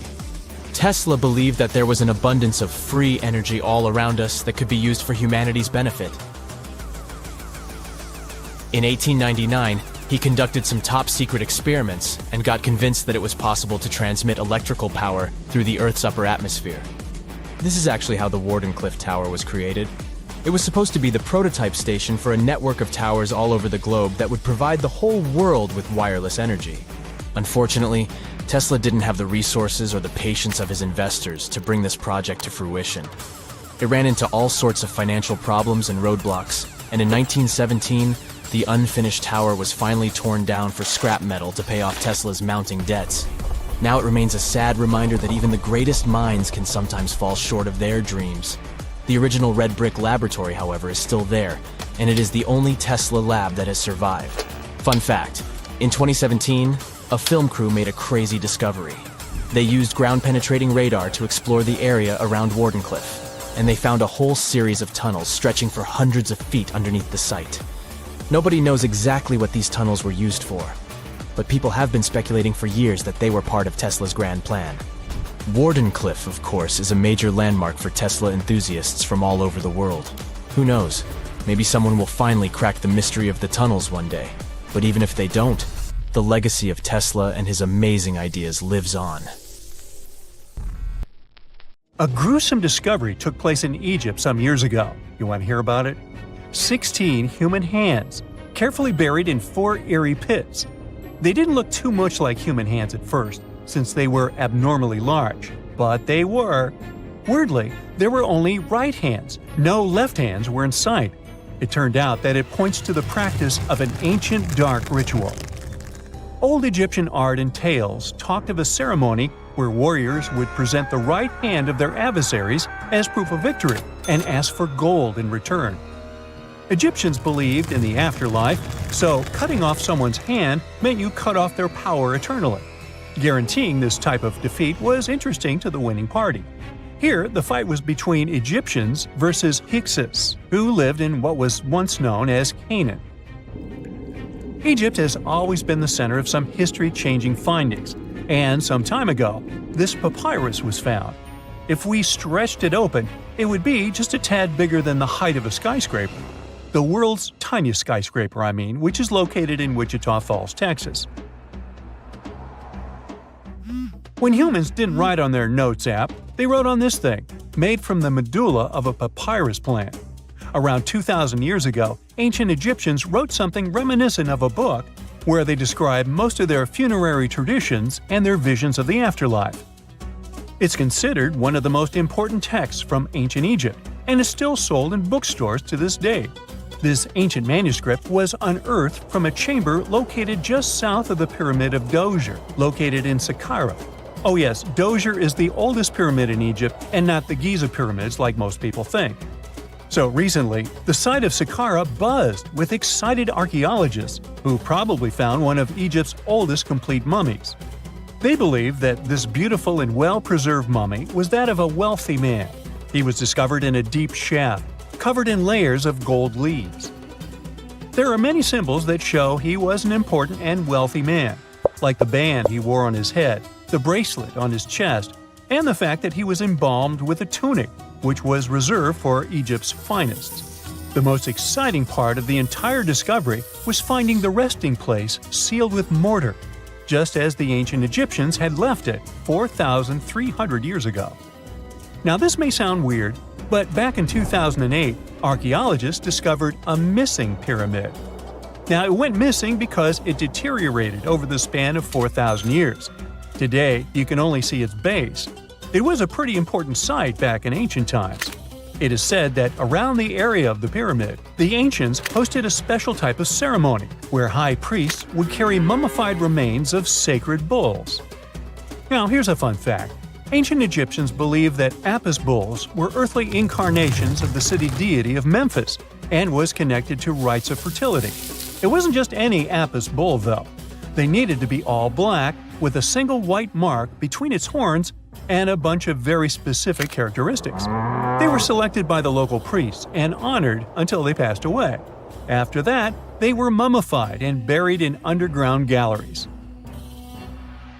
Meanwhile, this missing pyramid sort of disappeared around the 1800s. It was a German archaeologist who first found it in the village of Saqqara. He called it the Headless Pyramid when he first found it. But then, years after the official discovery, the desert sand came along and covered the whole thing. There were some excavations between the 19th and 20th centuries, but they weren't too systematic. That's why scientists were so thrilled when they dug an entire pyramid's base after removing the 25-foot mound of sand that was covering it. Oh, and it turns out American archaeologists are excavating a cemetery in Egypt that could contain over 1 million mummified bodies. So far, archaeologists have dug around 1,700 mummies. One of the main differences from other classic Egyptian mummies is that these people weren't kings and pharaohs. They were commoners that most likely lived about 1,500 years ago, when Egypt was controlled by the Roman and Byzantine empires. The name of the cemetery is cool though, the Way of the Water Buffalo, just in case you want to check it out on your next trip.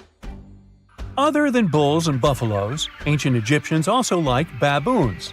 Are you seeing a pattern here? In the beginning of the 20th century, archaeologists discovered a site filled with mummified baboons in a place called, guess what? The Valley of Monkeys. An animal wouldn't have been mummified if it wasn't considered important.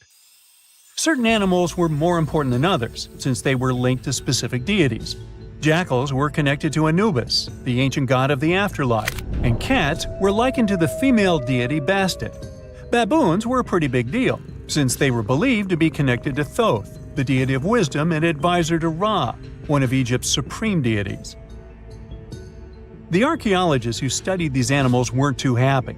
They think these baboons were kept inside and were deprived of sunlight for most of their lives. They had extreme vitamin D deficiencies and they were poorly fed. Maybe Thoth got angry with these baboon keepers. Just a guess.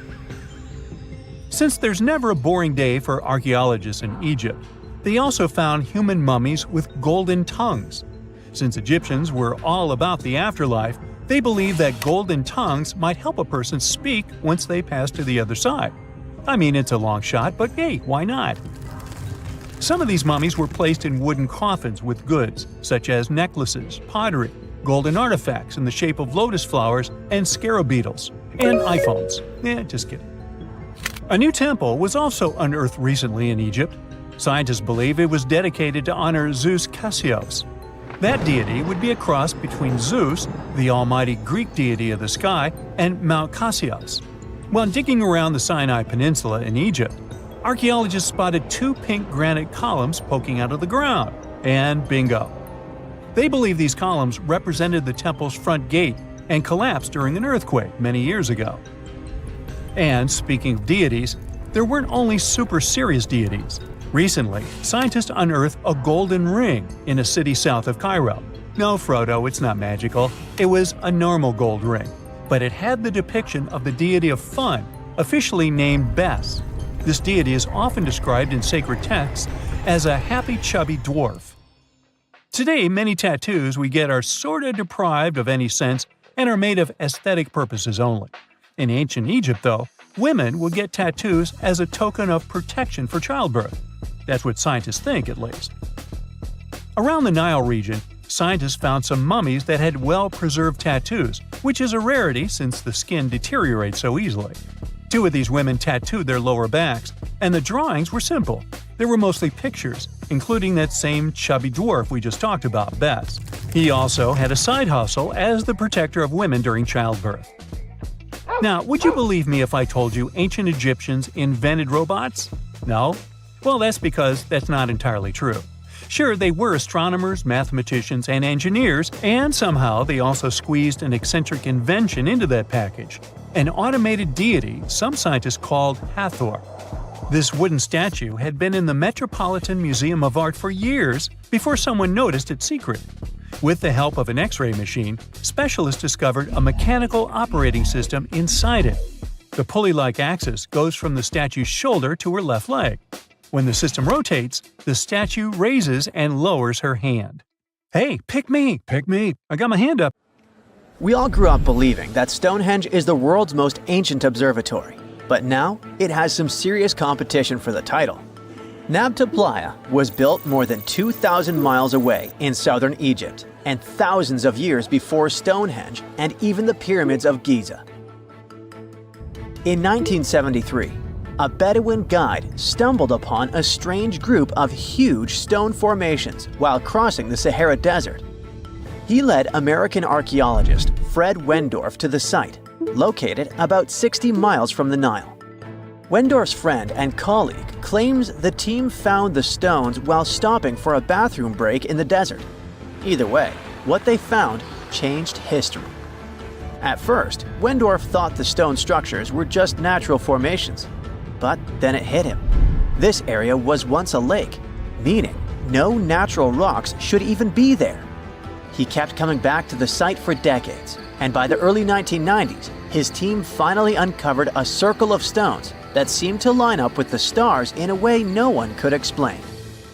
After 7 long years of trying to crack the mystery of the site, Wendorf reached out to an expert in archaeoastronomy. They study how ancient people used the stars. One evening, while the expert sat in the cool desert sand staring at the stones, he realized that they formed a pattern radiating outward from a massive burial mound. One by one, as they dug into the sediment, the buried megaliths started lining up like spokes on a wheel. The team had already used radiocarbon dating to test samples from fire hearths and tamarisk wood roofing found inside the stone circle. Nabta Playa had dozens of standing stones, all a few feet tall. Some of them lined up exactly with the sunrise on special days, and others matched up with bright stars in the sky. Inside the big circle, there were 6 special stones that may have been used for rituals or marking important times of the year. Around them, 29 standing stones might have worked like a simple calendar to help people know when it was time for something important, like the summer solstice, the longest day of the year. When the sun rose in just the right spot, it was a sign that the rainy season was coming. The stone circle once aligned with the brightest stars in the northern sky: Arcturus, Sirius, and Alpha Centauri. Some stones even pointed to the constellation Orion. By tracing Arcturus's movement across the sky, they figured out that it matched perfectly with the circle around 4800 BCE. That means it was the oldest astronomical site ever discovered. And the people of Nabta Playa may have been watching the stars thousands of years before telescopes were even invented.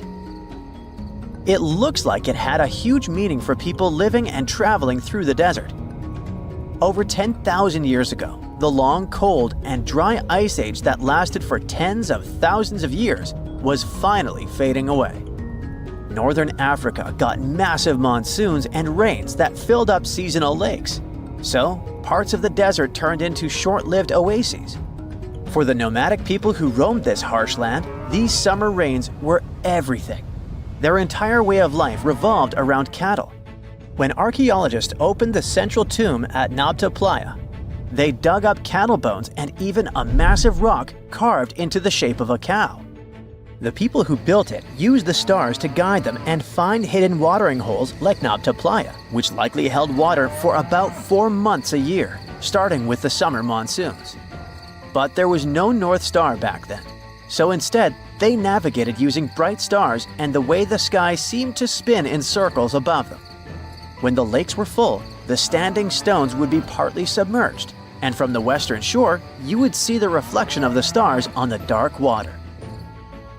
Nabta Playa is way less famous than Stonehenge, perhaps because its stones were buried and the famous site in England was open to visitors for thousands of years. Sadly, when Nabta Playa did become famous, some tourists ruined parts of it by moving stones around, which messed up the ancient star alignments.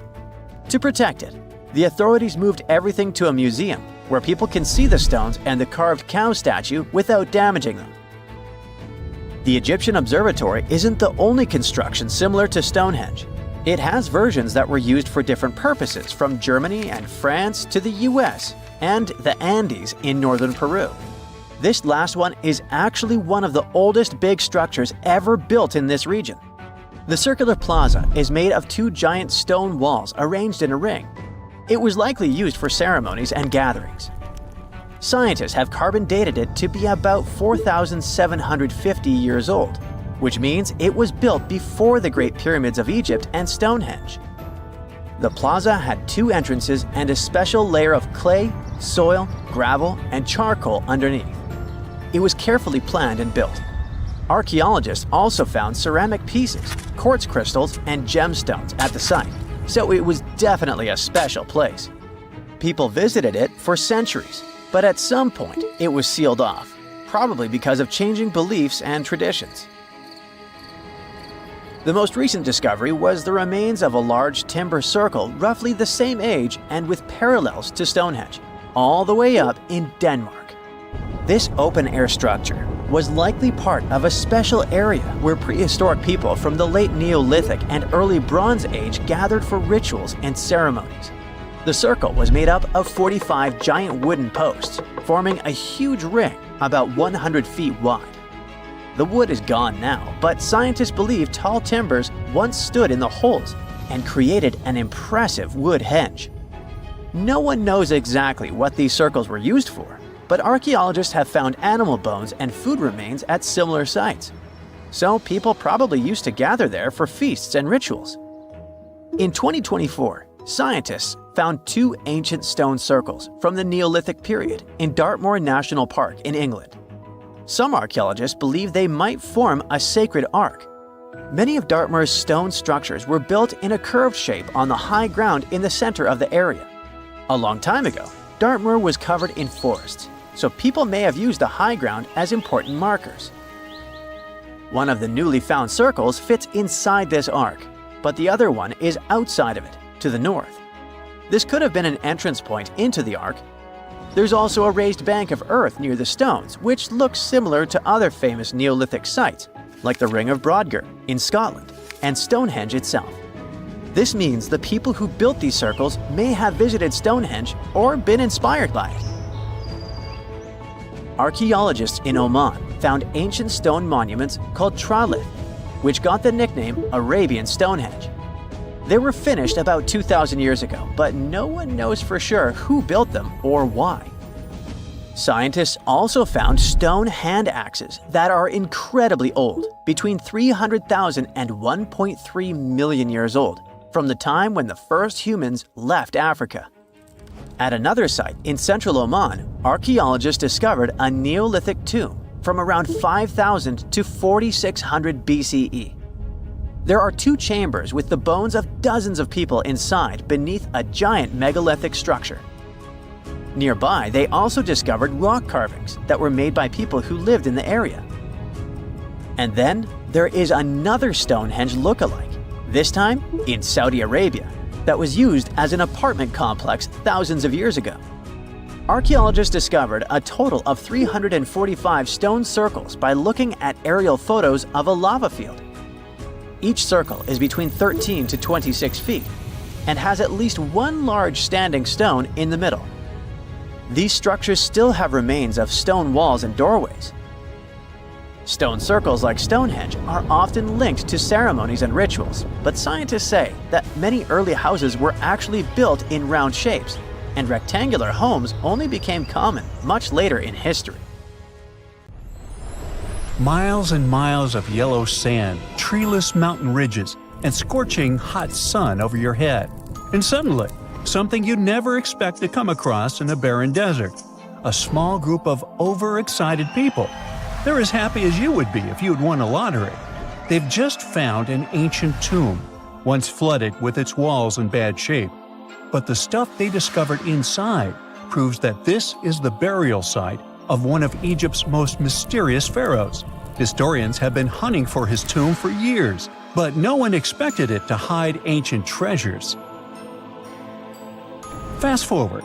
After careful examination of the site, Egyptian officials have announced the discovery of the tomb of King Thutmose II. It's the last missing tomb from Egypt's 18th dynasty. And this is also the first royal tomb found since King Tutankhamun's was discovered in 1922, in more than 100 years. A team of Egyptian and British archaeologists found the tomb in the Theban Mountains area, west of Luxor, near the famous Valley of the Kings.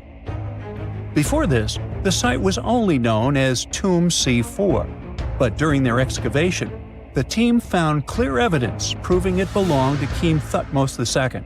Archaeologists actually found the entrance and main tunnel leading to the tomb in 2022. But at first, they thought it belonged to a queen because it was near the graves of Thutmose III's wives. It was also close to Queen Hatshepsut's tomb. Originally, it was prepared for her when she was just a royal wife. But everything changed when she became pharaoh. But we'll talk about this twist of fate a little later. But soon they realized that their discovery was much more significant. They found alabaster jars with Thutmose II's name and the words "deceased king" written on them. That's when they realized that the tomb was actually his final resting place. Sadly, Thutmose II's tomb has seen better days. According to the head of Egypt's antiquities sector and the leader of the Egyptian excavation team, the tomb suffered major damage from ancient floods not long after the pharaoh's death. Water swept through the burial chamber, likely destroying or displacing many of the original artifacts. Much of what had been once inside the tomb was moved elsewhere in an attempt to salvage it. The researchers found out that the tomb had a basic design, with an entrance, a sloping main corridor, and a burial chamber. The corridor was coated in white plaster and rose about 4.5 feet above the floor of the burial chamber. A large staircase and a very large descending corridor of the tomb indicated its grandeur. It took the team a long time to navigate through, though, as the tomb was blocked by flood debris and collapsed ceilings. Only after crawling through a 32-foot passageway with a small 16-inch gap at the top The worst nightmare for those of us with claustrophobia. Were they able to reach the burial chamber? There, they were in for another surprise. They cleared the debris, expecting to find the crushed remains of a burial beneath. But the tomb turned out to be completely empty. And it was not due to robbery. It had been deliberately emptied. The researchers soon realized that the tomb had been flooded since it had been built underneath a waterfall. It happened just a few years after the king's burial, so the contents of the tomb were moved to another location. That's why there was a second corridor in the tomb. It was most likely made to help remove King Thutmose II's body from his flooded tomb. Despite the damage, the excavation team made some really exciting discoveries. They found traces of mortar decorated with blue inscriptions, yellow stars, and fragments from the Book of Amduat, one of the most significant funerary texts in ancient Egypt. The book was meant to guide the deceased through the underworld, ensuring a safe journey to the afterlife. Now, how about we sneak a peek at ancient Egypt's 18th dynasty? It was all about conquering lands, expanding the empire, and building jaw-dropping monuments. Some of the biggest names from that era, Thutmose I and Thutmose III, both legendary warrior kings who left their mark in history. Thutmose I was a fierce fighter who led major military campaigns, pushing Egypt's border further south than ever before, all the way to the fourth cataract of the Nile. His victories gave Egypt access to new trade routes, stronger political ties, and more wealth. His conquests were so significant that they were recorded in the tombs of his top officials. Thutmose III, sometimes called Thutmose the Great, took things even further. He was not only an incredible military strategist, but also the commander of Pharaoh Hatshepsut's armies before becoming king himself. He led between 17 and 20 military campaigns, winning every single one and expanding Egypt's empire to its peak. He even created the world's first navy. Thutmose III is often remembered as Egypt's greatest warrior pharaoh. And sandwiched between these two powerhouses was Thutmose II, a pharaoh who doesn't get nearly as much attention. Hey, the middle child, right? His reign lasted only about 5 years before he passed away at around age 30 in 1479 BCE. He is kind of a mystery. No one really knows what he accomplished. For the longest time, even the location of his burial site was totally unknown. His body was actually found in the 19th century. It was just lying around in the mortuary temple of Deir el-Bahari, in a secret chamber where priests used to hide royal mummies centuries after their original tombs were looted by grave robbers. In other words, Thutmose II's body must have been moved from his original resting place at some point in history to protect it. During his lifetime, Thutmose II made at least one major impact on Egyptian history. He married his half-sister Hatshepsut. That might not sound like a big deal, but it helped her become Egypt's greatest female pharaoh after he passed. The catch? She kept her stepson, Thutmose III, off the throne for decades. When he finally took power, he erased her name from history out of spite. And still, Hatshepsut is one of Egypt's greatest pharaohs, no matter if you're talking about a man or a woman. She brought a lot of wealth and art to Egypt. She led a big trading trip to a place called Punt, where she brought back things like gold, ebony, and incense. She also made sure her name lasted by building amazing structures that we can still see today. At Karnak, she added huge obelisks. One of them is still standing tall. She also was the one to build the Temple of Deir el-Bahari with its countless columns. She was buried there. Interestingly, Hatshepsut was often shown in art as a man with muscles and a beard, like how pharaohs were usually depicted. But she made sure there was always something in the artwork that reminded people she was a woman, like calling herself Daughter of Re or His Majesty herself. When she passed away in 1458 BCE, Egypt wouldn't have a female ruler as powerful as her until Cleopatra, about 1400 years later. According to Egypt's Supreme Council of Antiquities Secretary General, isn't that a mouthful? Hatshepsut's name actually appears in Thutmose II's tomb. meaning she might have even handled his burial. As for their final resting places, well, Hatshepsut was buried in the Valley of the Kings, and Thutmose II's mummy is now in the National Museum of Egyptian Civilization, alongside other ancient Egyptian rulers. It gives visitors a rare chance to see the remains of a nearly forgotten pharaoh. Now, experts consider the discovery of his tomb to be one of the most significant in recent years. The artifacts found there add important details to our understanding of the history of the region and Thutmose II's rule. And even though the tomb's design is fairly simple and follows the same architectural style preferred by later Egyptian rulers, its historical importance is undeniable. In any case, the mission isn't over yet. Archaeologists are now focusing on solving another mystery. Where did the rest of the tomb's contents end up? The team is determined to continue their search. Who knows what other secrets they will uncover that have remained hidden